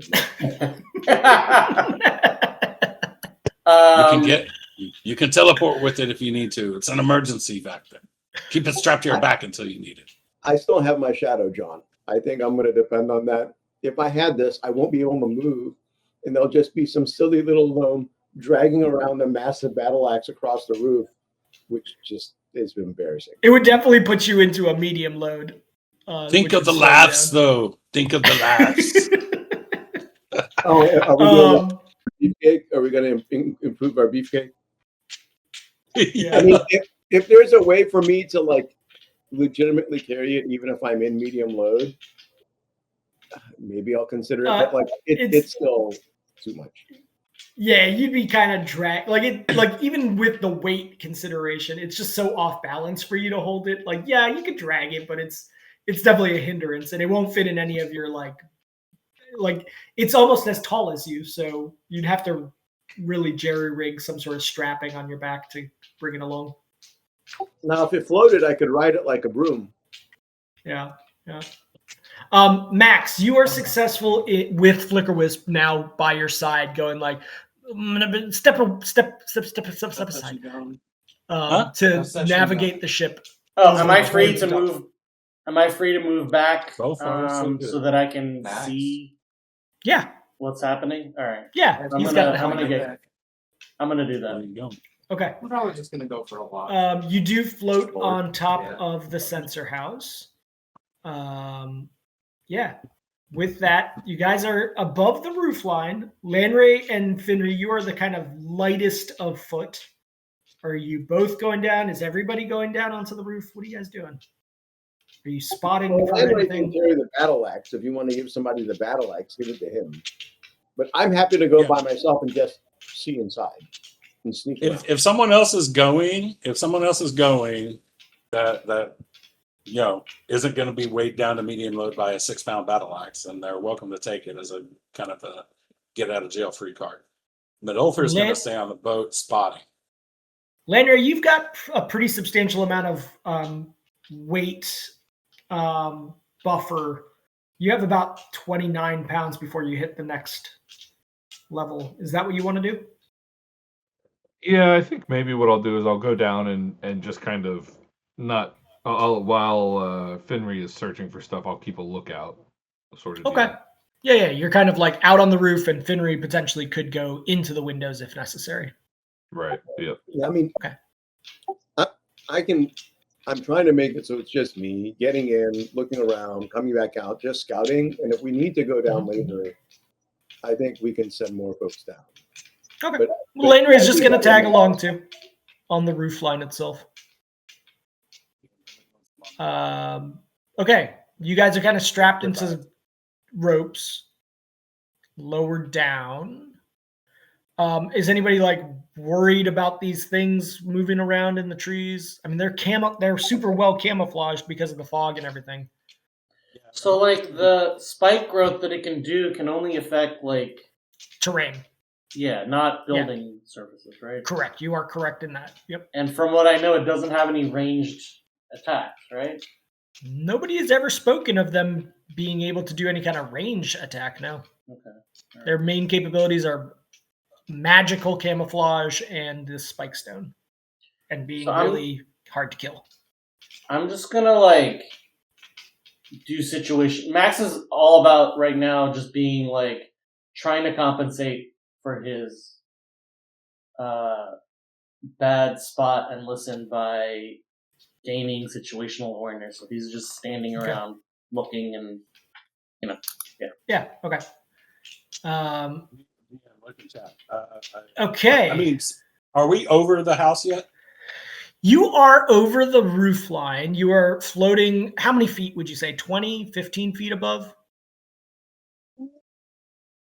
I mean, yeah, that's not too bad of a height for him to shimmy down a rope, right? So. Yep. So Finry and Lanray were strapped into the rope and lowered Mission Impossible style. So you are close enough to the roof, Midolfir, that you could use Detect Magic, as could anybody else who does it. There are material blocks that happen with Detect Magic. Keep that in mind, but you might not realize that. Right. No, I'm just saying if they're using like magical means, if it's magical abilities to camouflage themselves. Right. My thought is maybe can't see them, but can see the magic they're emitting. Okay. Yeah, that theoretically would work if what their camouflage is magical. Do you wish to go ahead and cast and do a scan? I mean, it's innate. It's not a cast. It's that innate ability. Yeah. I guess it counts as a cast, but yes. Okay. Is the roof thatching? The roof is kind of this like overgrown, shingled, like metallic brassiness. Yeah, it's like a metal shingle. Okay. Okay. As you cast that, Midolfir, so go ahead and use it. You do actually do it, like it does work. You actually are able to see down below, because you're not more than 60 feet above the ground in total. The total height of this house is about 40 feet, and you guys are about 15 feet higher than it. So I'll say you can actually scan the ground. And what you see, at least directly adjacent to you, since there's a bit of a hypotenuse situation happening, is the flashes of these Ulvergrigs. You notice at least 2 or 3 moving slowly, like sloths, keeping their camouflage around the base of this building, the plinth like on at the bottom. Like on the flagstone area, like here? Yeah, like not on the flagstone because that's covered, but like in the underbrush around the base of it. Yeah, exactly. Yep. Call out, Max, I can see them with the thing you do. There's 2 or 3 of them, it looks like. My eyes are all glowy and stuff. Yeah. I relay that through the message. Okay. Who knew hanging out with magic users would rub off? I knew you had it in you, Midolfir. Now, if I could only smash things. Yeah. I love it because like there's 3 magic users literally sitting on top of the ship, And then the half orc is like, "Oh, look, I did magic," and then jumping up and down, real excited. And all of the other magic users are like, "Oh, sounds good. Thanks for looking out for us." Yes. Good use, yeah. Finry, Lanray, you both are lowered, and now both your feet are touching this kind of smooth metal top of roof. Did I see anything? Did we? I mean, we all rolled spot and listen to. Yeah. I'm also looking at the house and in the house. I don't know if that matters, but on the way down, in case Your somebody had like listens, a crossbow pointing at me or something. your listens only pick up this one final kind of gnomish cry from the north of like potentially one of the other gnomes being caught that hadn't been caught yet and gored. And then silence. Your spot checks, however, Finray's mostly, but Lanray also. Lanray, as you look around with Medolfir's help sort of saying that there are beings down below, you don't see the things, but you see the movement of the underbrush indicating potentially the location of the things down below. Finry, your specific spot check is sort of like you climb over with the rope still on you. You kind of just like go upside down a little bit and peek through the window. You see a well-appointed bedroom. And inside that bedroom is seemingly a large kind of lead box.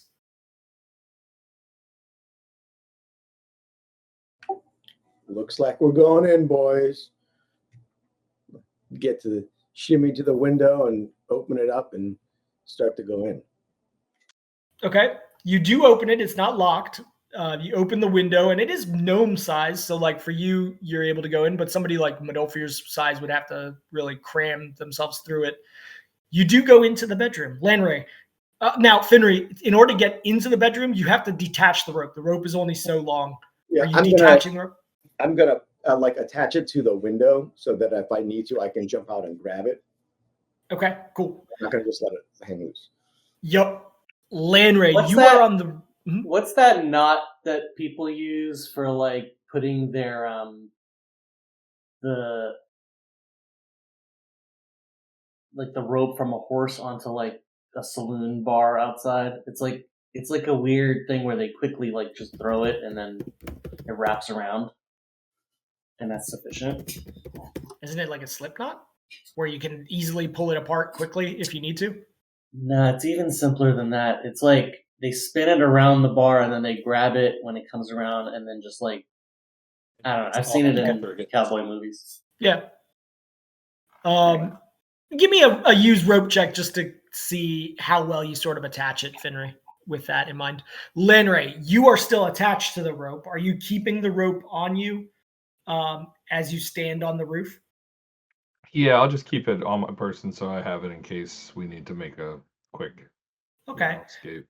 I will say that, like, because of the movement on your spot checks of the various underbrush, you get the sense of generally where these things are. They're large targets, so I would say you'd be able to fire arrows if you wish to do so. Doing so may draw their attention more towards you, though, so keep that in mind. Are you... Yeah, I'm not going to shoot any arrows. Can I tell about how many there are, if I kind of like estimate the number? Yeah. Medolfir saw at least 3 different beings at the base, mostly on the water side, all the same size. You, however, are noticing at least 3 other movements involved on the other side of the house that Medolfir does not see. So at least 6. Gotcha. Okay. Okay. How far above the ground is Max right now? Like right at 55 feet. Okay. All right. Quick release knot. Halter hitch. Thank you, Medolfir.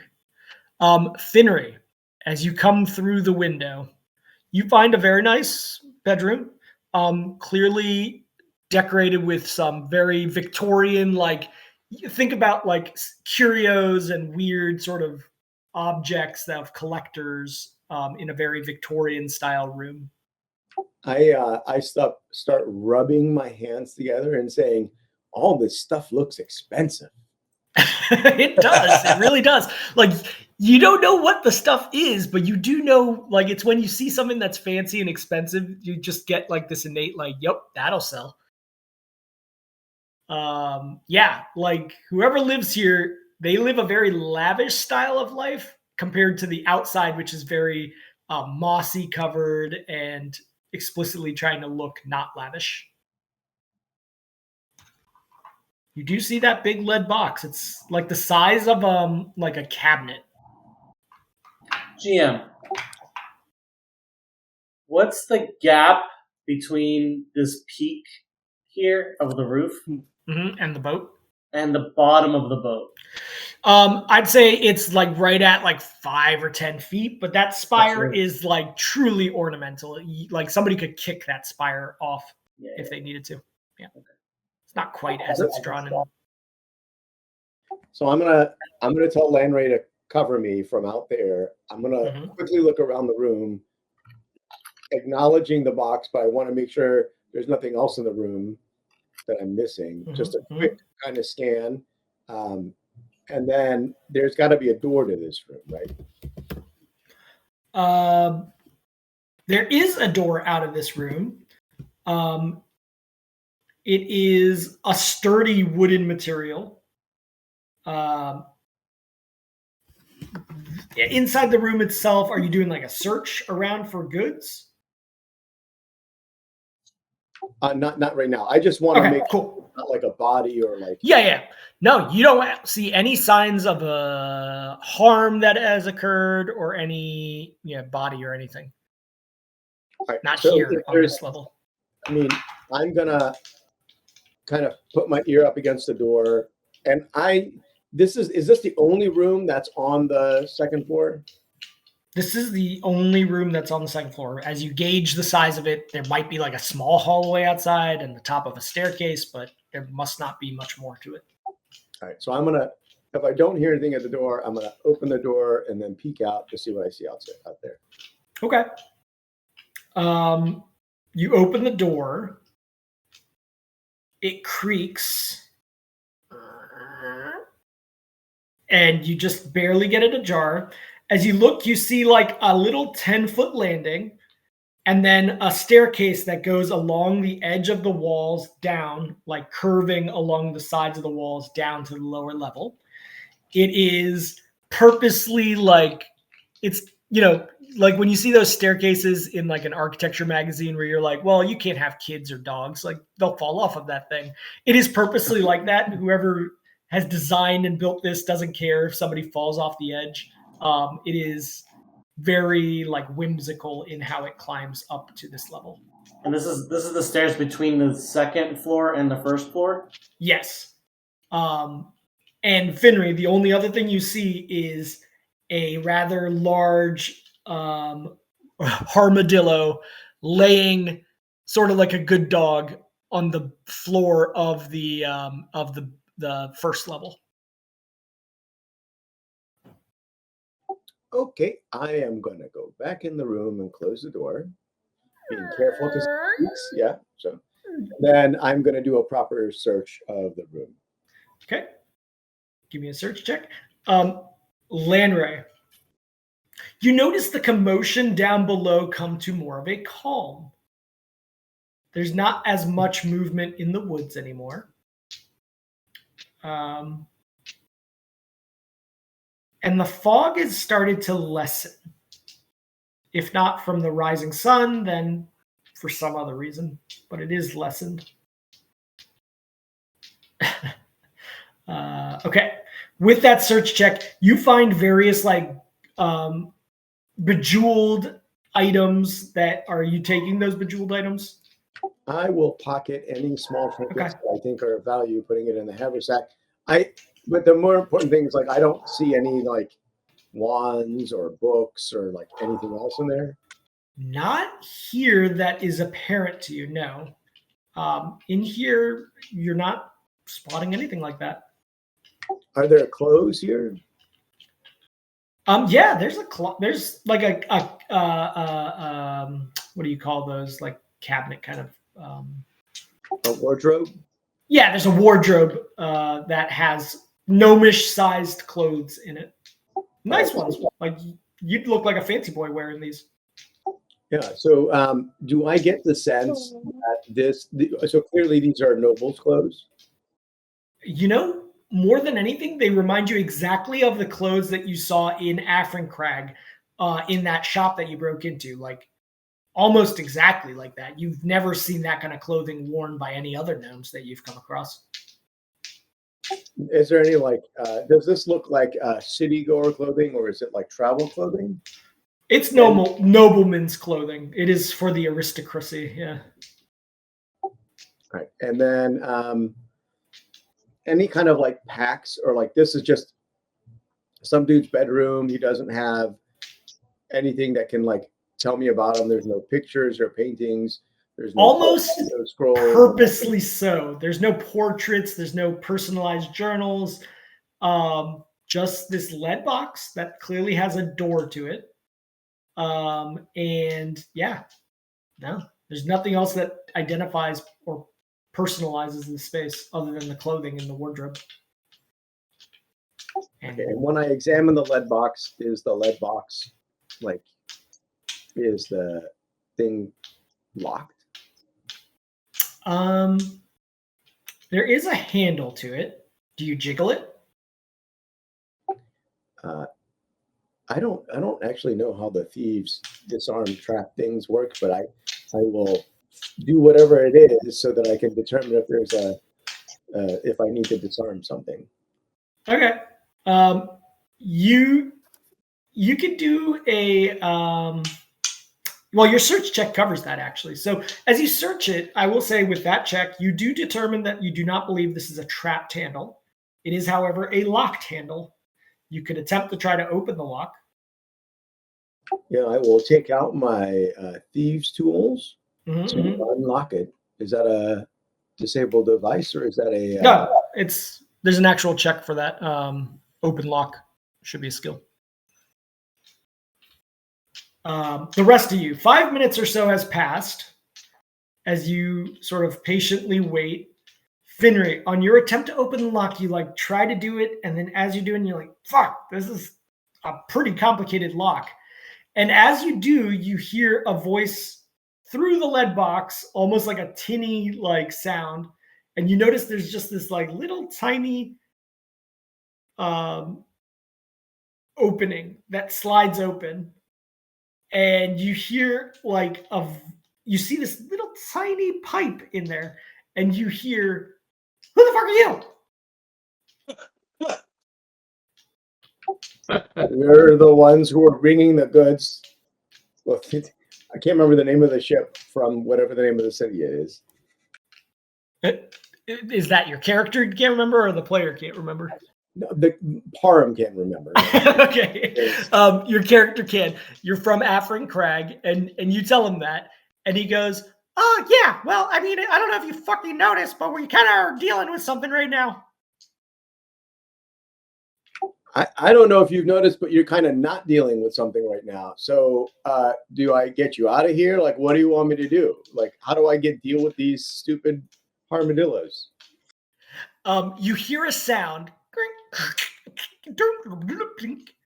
and then the door opens quickly, and he like arm grabs at you and yanks you into the lead box, and then clink, clink, clink. I will say with a reflex save, you can avoid being grabbed by this guy. If you wish to. If you want to like move out of the way as his arm reaches out, otherwise you get pulled into this lead box. Do you choose to go with him? If I can do with that reflex, I'm going to try to yank him out of the box. Okay. I will say that with that, as he tries to grab out, you quickly like do like a judo grab of his wrist and pull him out instead. And now you see inside the box, like it opens up into a bigger space than you would imagine is possible in this lead box. There is some sort of like weird thing happening that enters into this like manor within the box. You see like a table with warm coffee sitting there steaming and a fireplace that has no vent for it or chimney. You see like a series of hundreds of books in this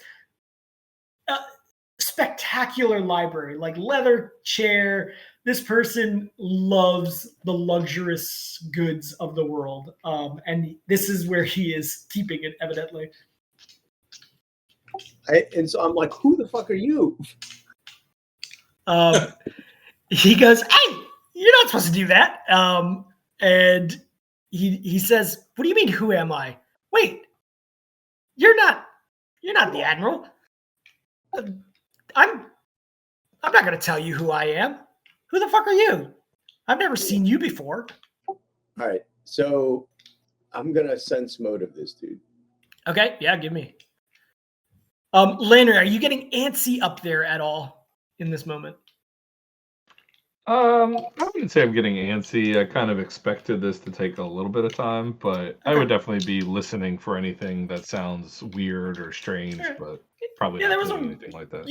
With the window open, you definitely hear a conversation between two people. It is gnomish, but there's definitely a voice that's really upset in sound and tone.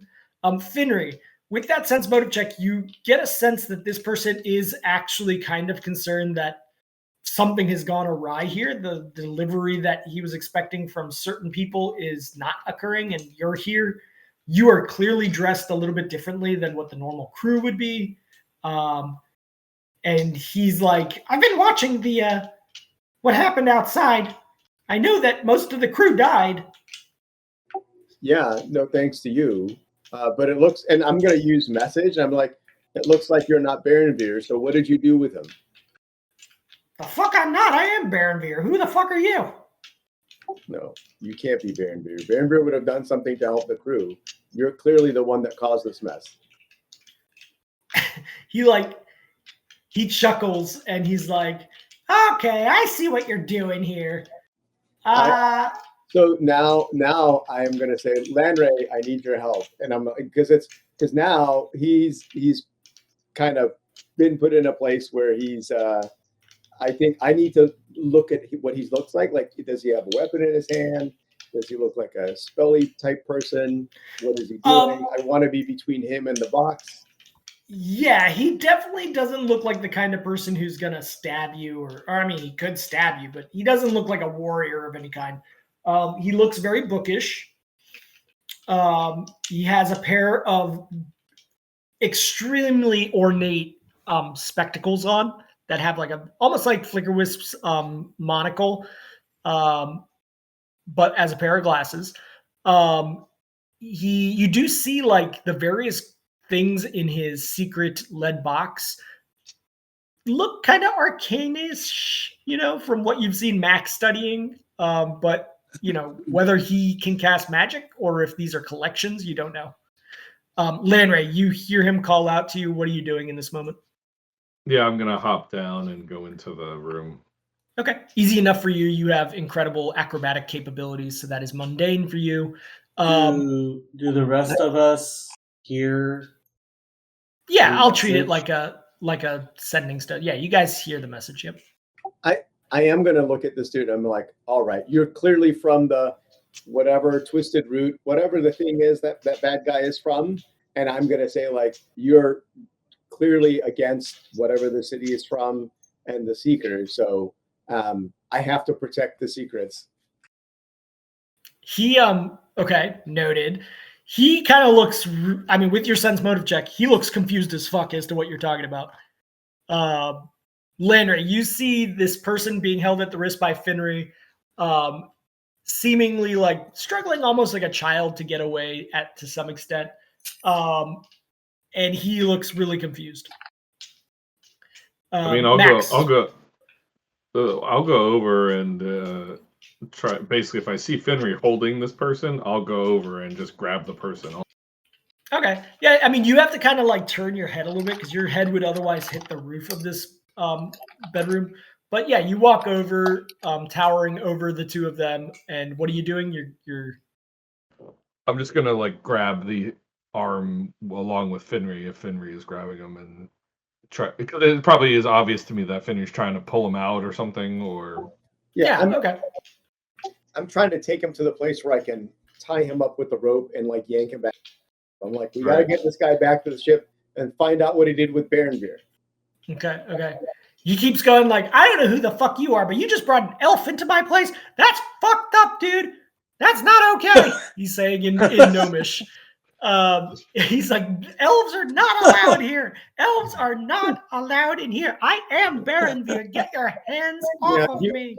No, Baronveer would not be like, you've got a armadillo as a pet downstairs. Whatever. You're not Baronveer. And I'm just gonna like manhandle him. And I'm like, if you don't start cooperating, you're never gonna get on our ship. And that means we'll never get to the bottom of this. So there. Okay. Okay. Landry. Sorry, go ahead. Okay. Max, are you classed spider climb? Does that mean you want to climb down? Yeah, I posted what Max's actions were. He's climbing over the, like, around the side of the ship. Uh-huh. He's just upside down. Yeah. No, he's like upside down, and then he goes like right above the peak. Yep. And then he's gonna try to like go down onto the roof. And, just like a little jump. He's gonna go to the opposite side of where he knows Lanray and Finray went, so to try to come in through a different window. Yeah. Okay, noted. And don't fear. Can I do it quiet? Can I try to attempt to do it quietly? Yeah, you can give me a move silent check. Midolfer, you see Max do that. Oh, pretty good. I would say, you think you're masking your steps pretty good, considering, yeah. Max, under his breath, so only he can hear, he says, I'm a boss. Midolfer, are you staying up on the ship? Yeah, I'm going to be near the rope, ready to grab it to yoink. Okay. And Lanray, you've had to hitch your rope also at this point. Right, yeah. But I'm also gonna. I want to look around. I don't know if I want to do like if I can't do like another spot and listen check for anything around the proximity of the house. Okay. Yeah. I mean, I would say you definitely are looking out at the base for these armadillos. You don't see a lot of movement happening at this point. Everything is like eerily calm. You do spot Max going to the edge of a different window. Max, you are standing at the edge of that window. You can look in. Everybody has their backs turned to you other than Lanray. Lanray, you see Max climbing through the window, or like you see his visage through the window upside down. Is Max, the glass like? Is the window like glass panes? What are we talking about? Yeah, no, it's like two like swinging doors that open up like more like a shutter than anything, but they are glass. Yes. Interesting. Yep. So, do I know that Max is down here? No, you don't. You are in a position where you don't see him. Only Lanray sees him. What were you saying, Midolfer? On my spell, like for detect magic, that concentration where it says 1 minute per level, is that spell level or character level? It's for you. It's like the baseline, so it's just 1 minute. Okay, so yeah, I would have already finished. Yeah, it's pretty much finished. Yeah. All right. Okay. Max, are you going through that window, or are you just going to kind of hang out and watch? I cast Silent Portal on the window pane. Nice. Okay, you do so. And then I'll attempt to climb in.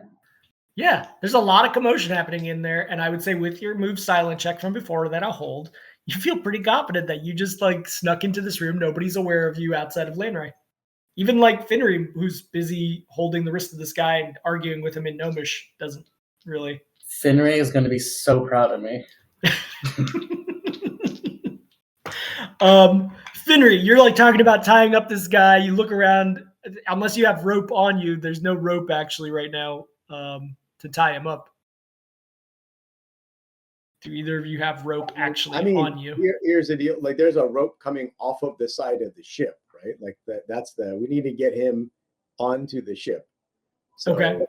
The thing is, I don't know how to do that, but I do want to like take him to the window and like Landray, maybe you can bear hug him and like, get them to like pull you up with the rope. I don't know. Landray, are you going to try to bear hug him and taking him up on the rope? I mean, yeah, I guess bear hug or just hold tightly. Okay.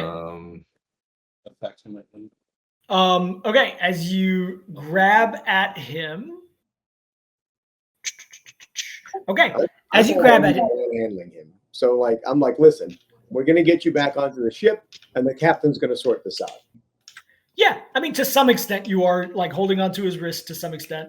In this moment, Max, Landray, and Finray all see him react to Landray grabbing onto him. Landray, he mutters some words, and you see a little piece of iron is in his fingertips. Are you doing anything? I mean, I was wondering if I get a reaction if he tries to do that. I would say you get... Hold on one second. No, you don't, because he just cast defensively. So you do not get an attack of opportunity in this moment. And his hands and voice are not stopped in any way. Yep. What was your question? I was going to say, is he considered grappled since I've been handling him or no? He is considered in a grapple on the one hand that you have held on to. He is not pinned in any way. So let me see. Hold on one second. That's a good point. He might have to break the grapple before he attempts this. Let me double check.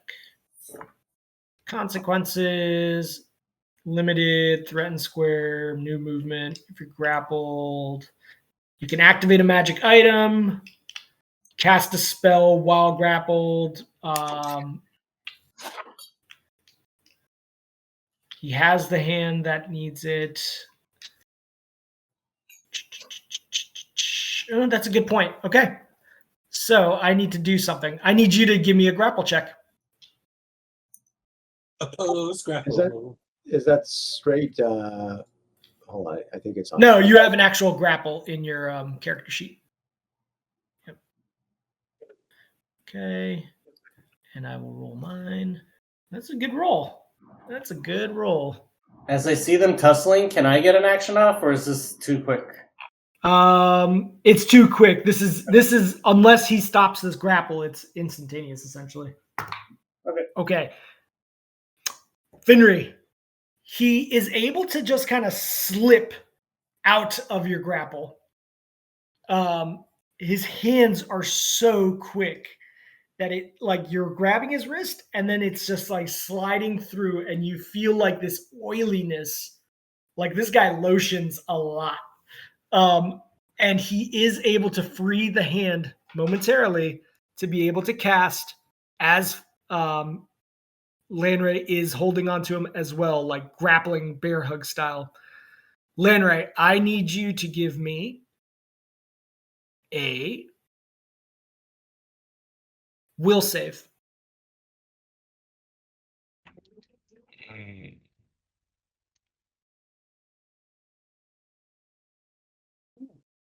Damn, that's pretty damn good. Okay. You feel like this bolt go up your spine for a second. That's what you said.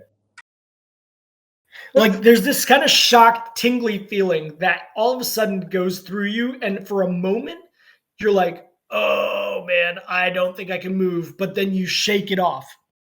You feel like you were almost about to become paralyzed. But for some reason, it didn't take effect on you. Let me double check something. Yeah, no, it negates. So yeah, you do know that he just tried to paralyze you in some way or another. And with that, I will say, Max, you are I'm sure it was a bolt. With that, we're going to close session. You see this happening, Max. Are you like charging towards or doing something as this guy is trying to cast the spell? I'm going to try to charm monster. Okay, noted. Okay, that has a will negate. What's the DC? 22. Wow, okay. So he pretty much has to roll. Let's see. Let me check. Hold on. He needs. Oh, he has a good will though. He has a good will. So he needs a pretty decent roll, but not crazy. It's not like a nat 20 only. Here, I'll roll it out of the open.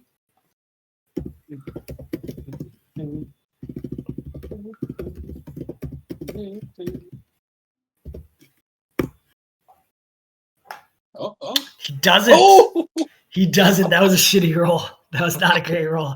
All right.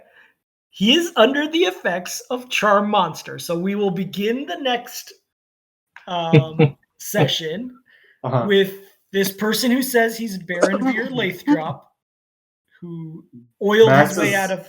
Yeah. Max is going into de-escalation mode. He comes up behind everybody. He's like, whoa, whoa, whoa, whoa. Finry, you are taken by shock. Like usually you are epically aware of your surroundings, and suddenly Max is in the room as well. I give Max a thumbs up and I go, very nice. Oh god. That's great. Excellent. All right. So we'll pick that back up next session as you guys potentially have somebody in captivity to some extent. And you are still surrounded by armadillos. Look, I mean, I feel like this all worked out for the best greater good, right? Like, so we don't have to deal with the crew. We got like a dude that likes us, but we got a TARDIS out of the whole thing. So we just got to get that back on the ship. It'll be good. Yeah. I mean, Max, you now look into that lead box and you're like, oh shit, that's nice. That would be any like magic user's like dream scenario. Lead box enclosing some sort of magical safe space. With lots of baby oil. Lots of baby oil. All right, guys. Have a good rest of your weekend. Later. There, guys. See you later. All right, everybody. Later.